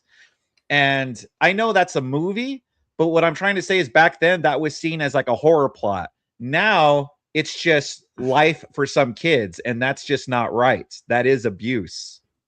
okay. If you're gonna use that, okay, but I don't really know of any cases where the child has come out and said that they were forced to transition.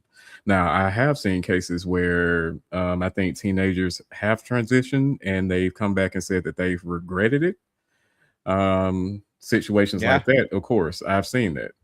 But compared to the actual number of total people that have transitioned, it's very low. What's it go? Yeah, John Money was someone who did that experiment. He raised like these twins, one of them as a girl and the other one was a boy. And I believe the one that was raised as a girl ended up unaliving himself eventually when he grew up. Wait, when did this happen? Was this like some type of experiment that he was doing on his Yeah. kids? Yeah, he was doing this experiment, raised one of them like a girl.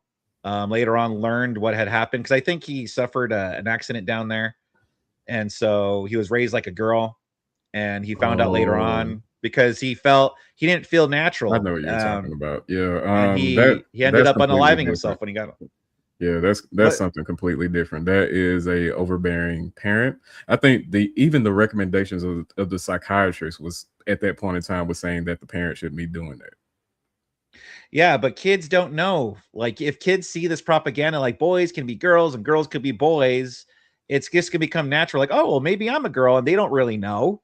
And then the parents who don't know any better, or maybe they do know better, they're just freaking crazy lefty people, and they raise their kid to be the opposite gender. That's just not normal. It's not right. And I don't think they should have a right to do that. Do you think what you're attracted to is a choice? That's iffy, but I don't think you're born that way. So I could eventually learn to be attracted to men.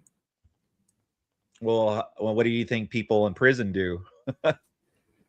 That's a lack of anything else. I'm talking about me in a free world. I have access to men, women, everything in between. Well, I mean, look, I personal. have my whole life I've been only attracted to women, but I can just wake Same up with one people day. in prison. Same with people in prison. They've been attracted to women, but because there's nothing else, they gotta, No, Uh, that's what you say. How do and you that is call a that? it is a choice because you don't have to, bang guys. You could just stay celibate while you're in prison until you get out. Just, freaking, pleasure yourself until you get out or something. Well, I'm talking about free individuals. I don't think that. Look, humans can do a lot to get their euphoric senses off. Specifically, men do go through a lot of lengths to get those euphoric senses off. And with the lack of anything else, of course, I think they would gravitate towards some of the more feminine men in jail. But if you're free and you have access to any gender, every gender, whatever, I don't see a world where you genuinely can pick and choose what you're attracted to. Well, it's the same way. It's not picking and choosing, but like with anything else in life, you obviously have preferences that maybe you might not know why you have these preferences. Like, for instance, are you born?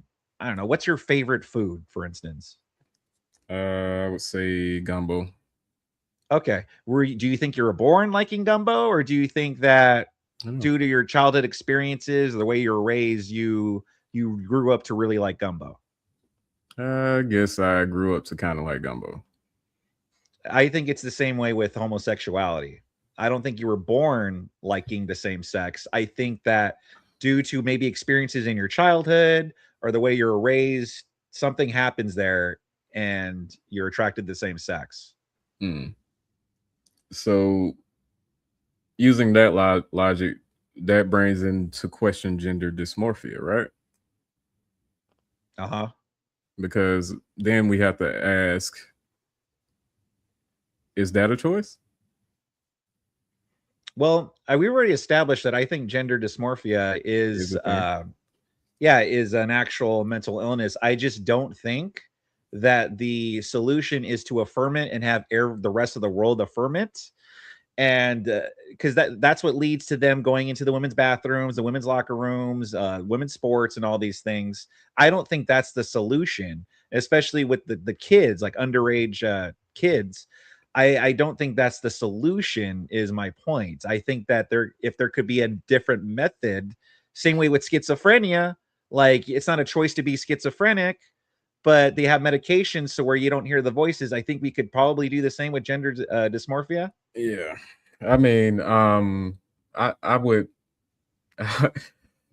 it would be interesting trying to medicate something like that. I would be interested in seeing the attempts of some of these pharmaceutical companies trying to test that on animals, but I digress.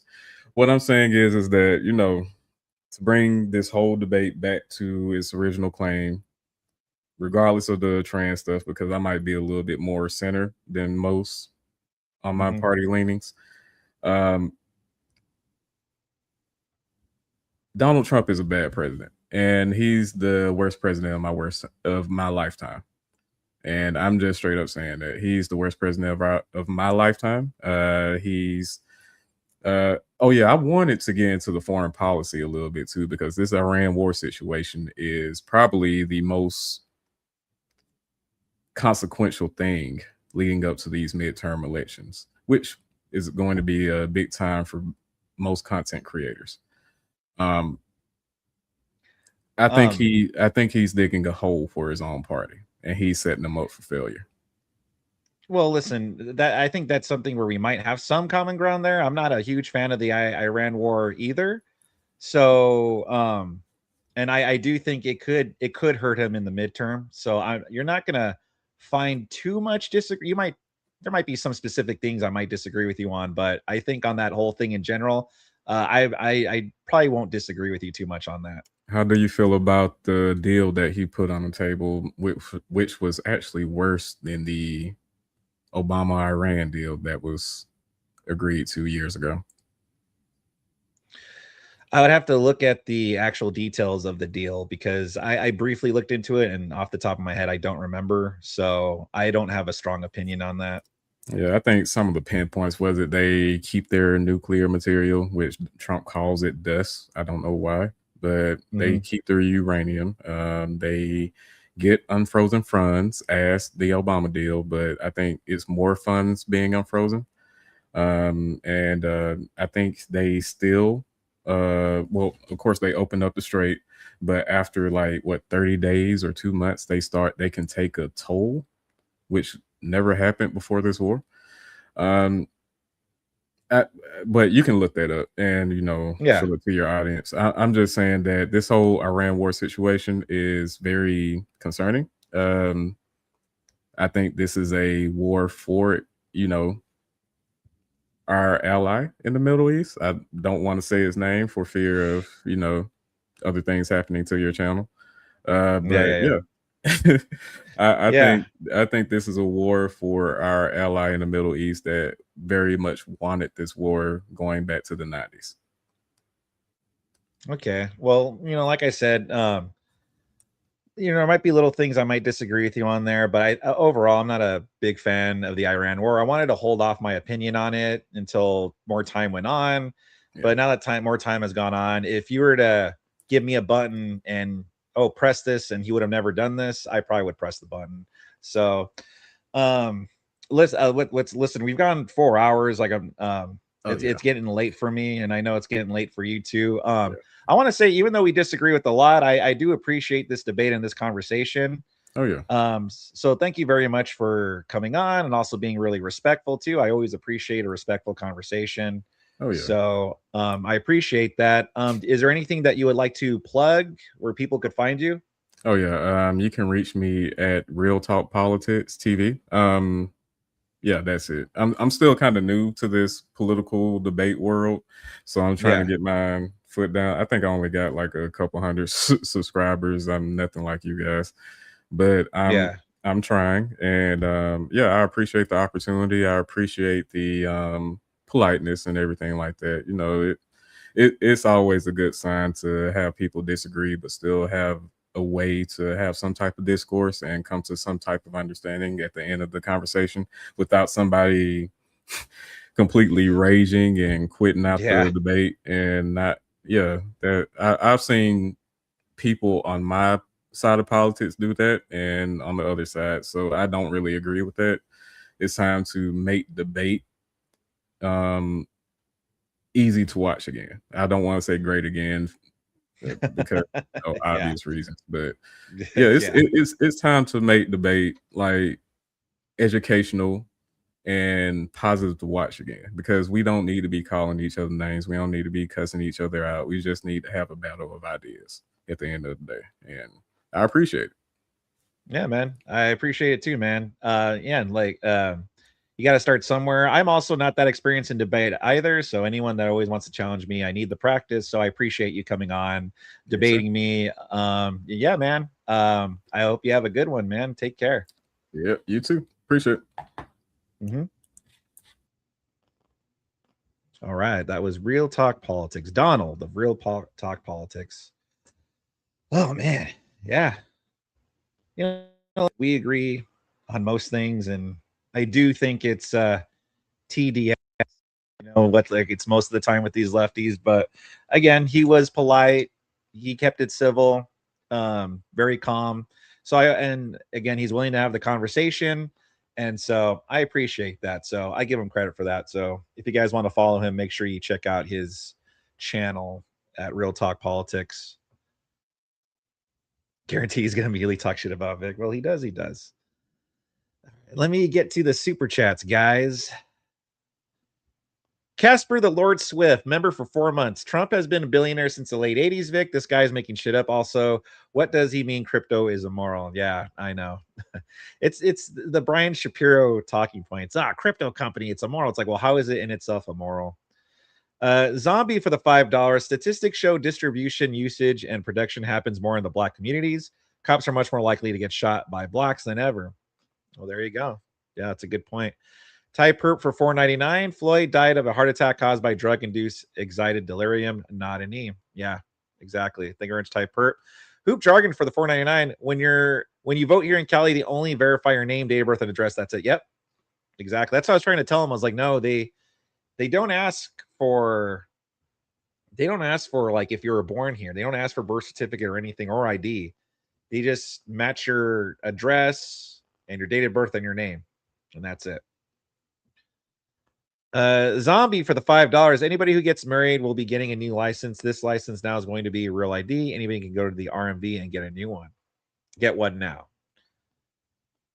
Zaffanil for the $5. What's wrong with no women voting? Yeah. You know, I was thinking that when he was talking about married women weren't going to be able to vote. I wanted to say that. I was like, what's wrong with that?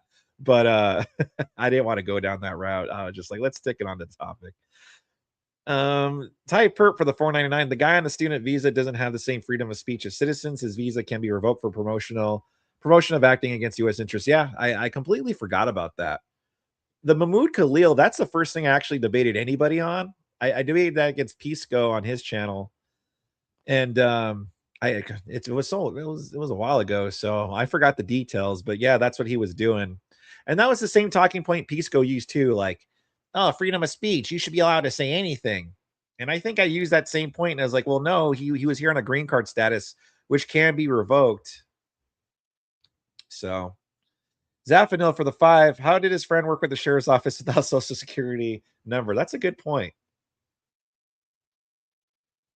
Fried for the 4.99. What due process did illegals get under Obama versus Trump? That would have been a good question to ask, Fried. I should have asked that. Mrs. D, thank you very much for the Australian $14.99. Proud of you, Vic. Cooking. Watch out, Bryce Shaft. Yeah, I try. Brian, you know what? That guy was much smarter than Brian Shapiro. Yeah, so I think I'm gonna do a Brian Shapiro is really gonna have to like surprise me. Like he's like, I'm actually gonna have to study new talking points, but I'm still gonna study for Bryce Shaft. Don't get me wrong. But I think this guy is a little bit smarter than Brian Shapiro. Mrs. D for $7.99. Are you not entertained, chat? Send yours or your husband's money now. That's right. Thank you very much, Mrs. D. I appreciate it. Jay Saul for the $4.99. I was gone for a couple of hours. I thought this guy was kind of reasonable before I left, but now he's shown he's totally bad faith, zero consistency. Yeah, it's just Orange Man bad.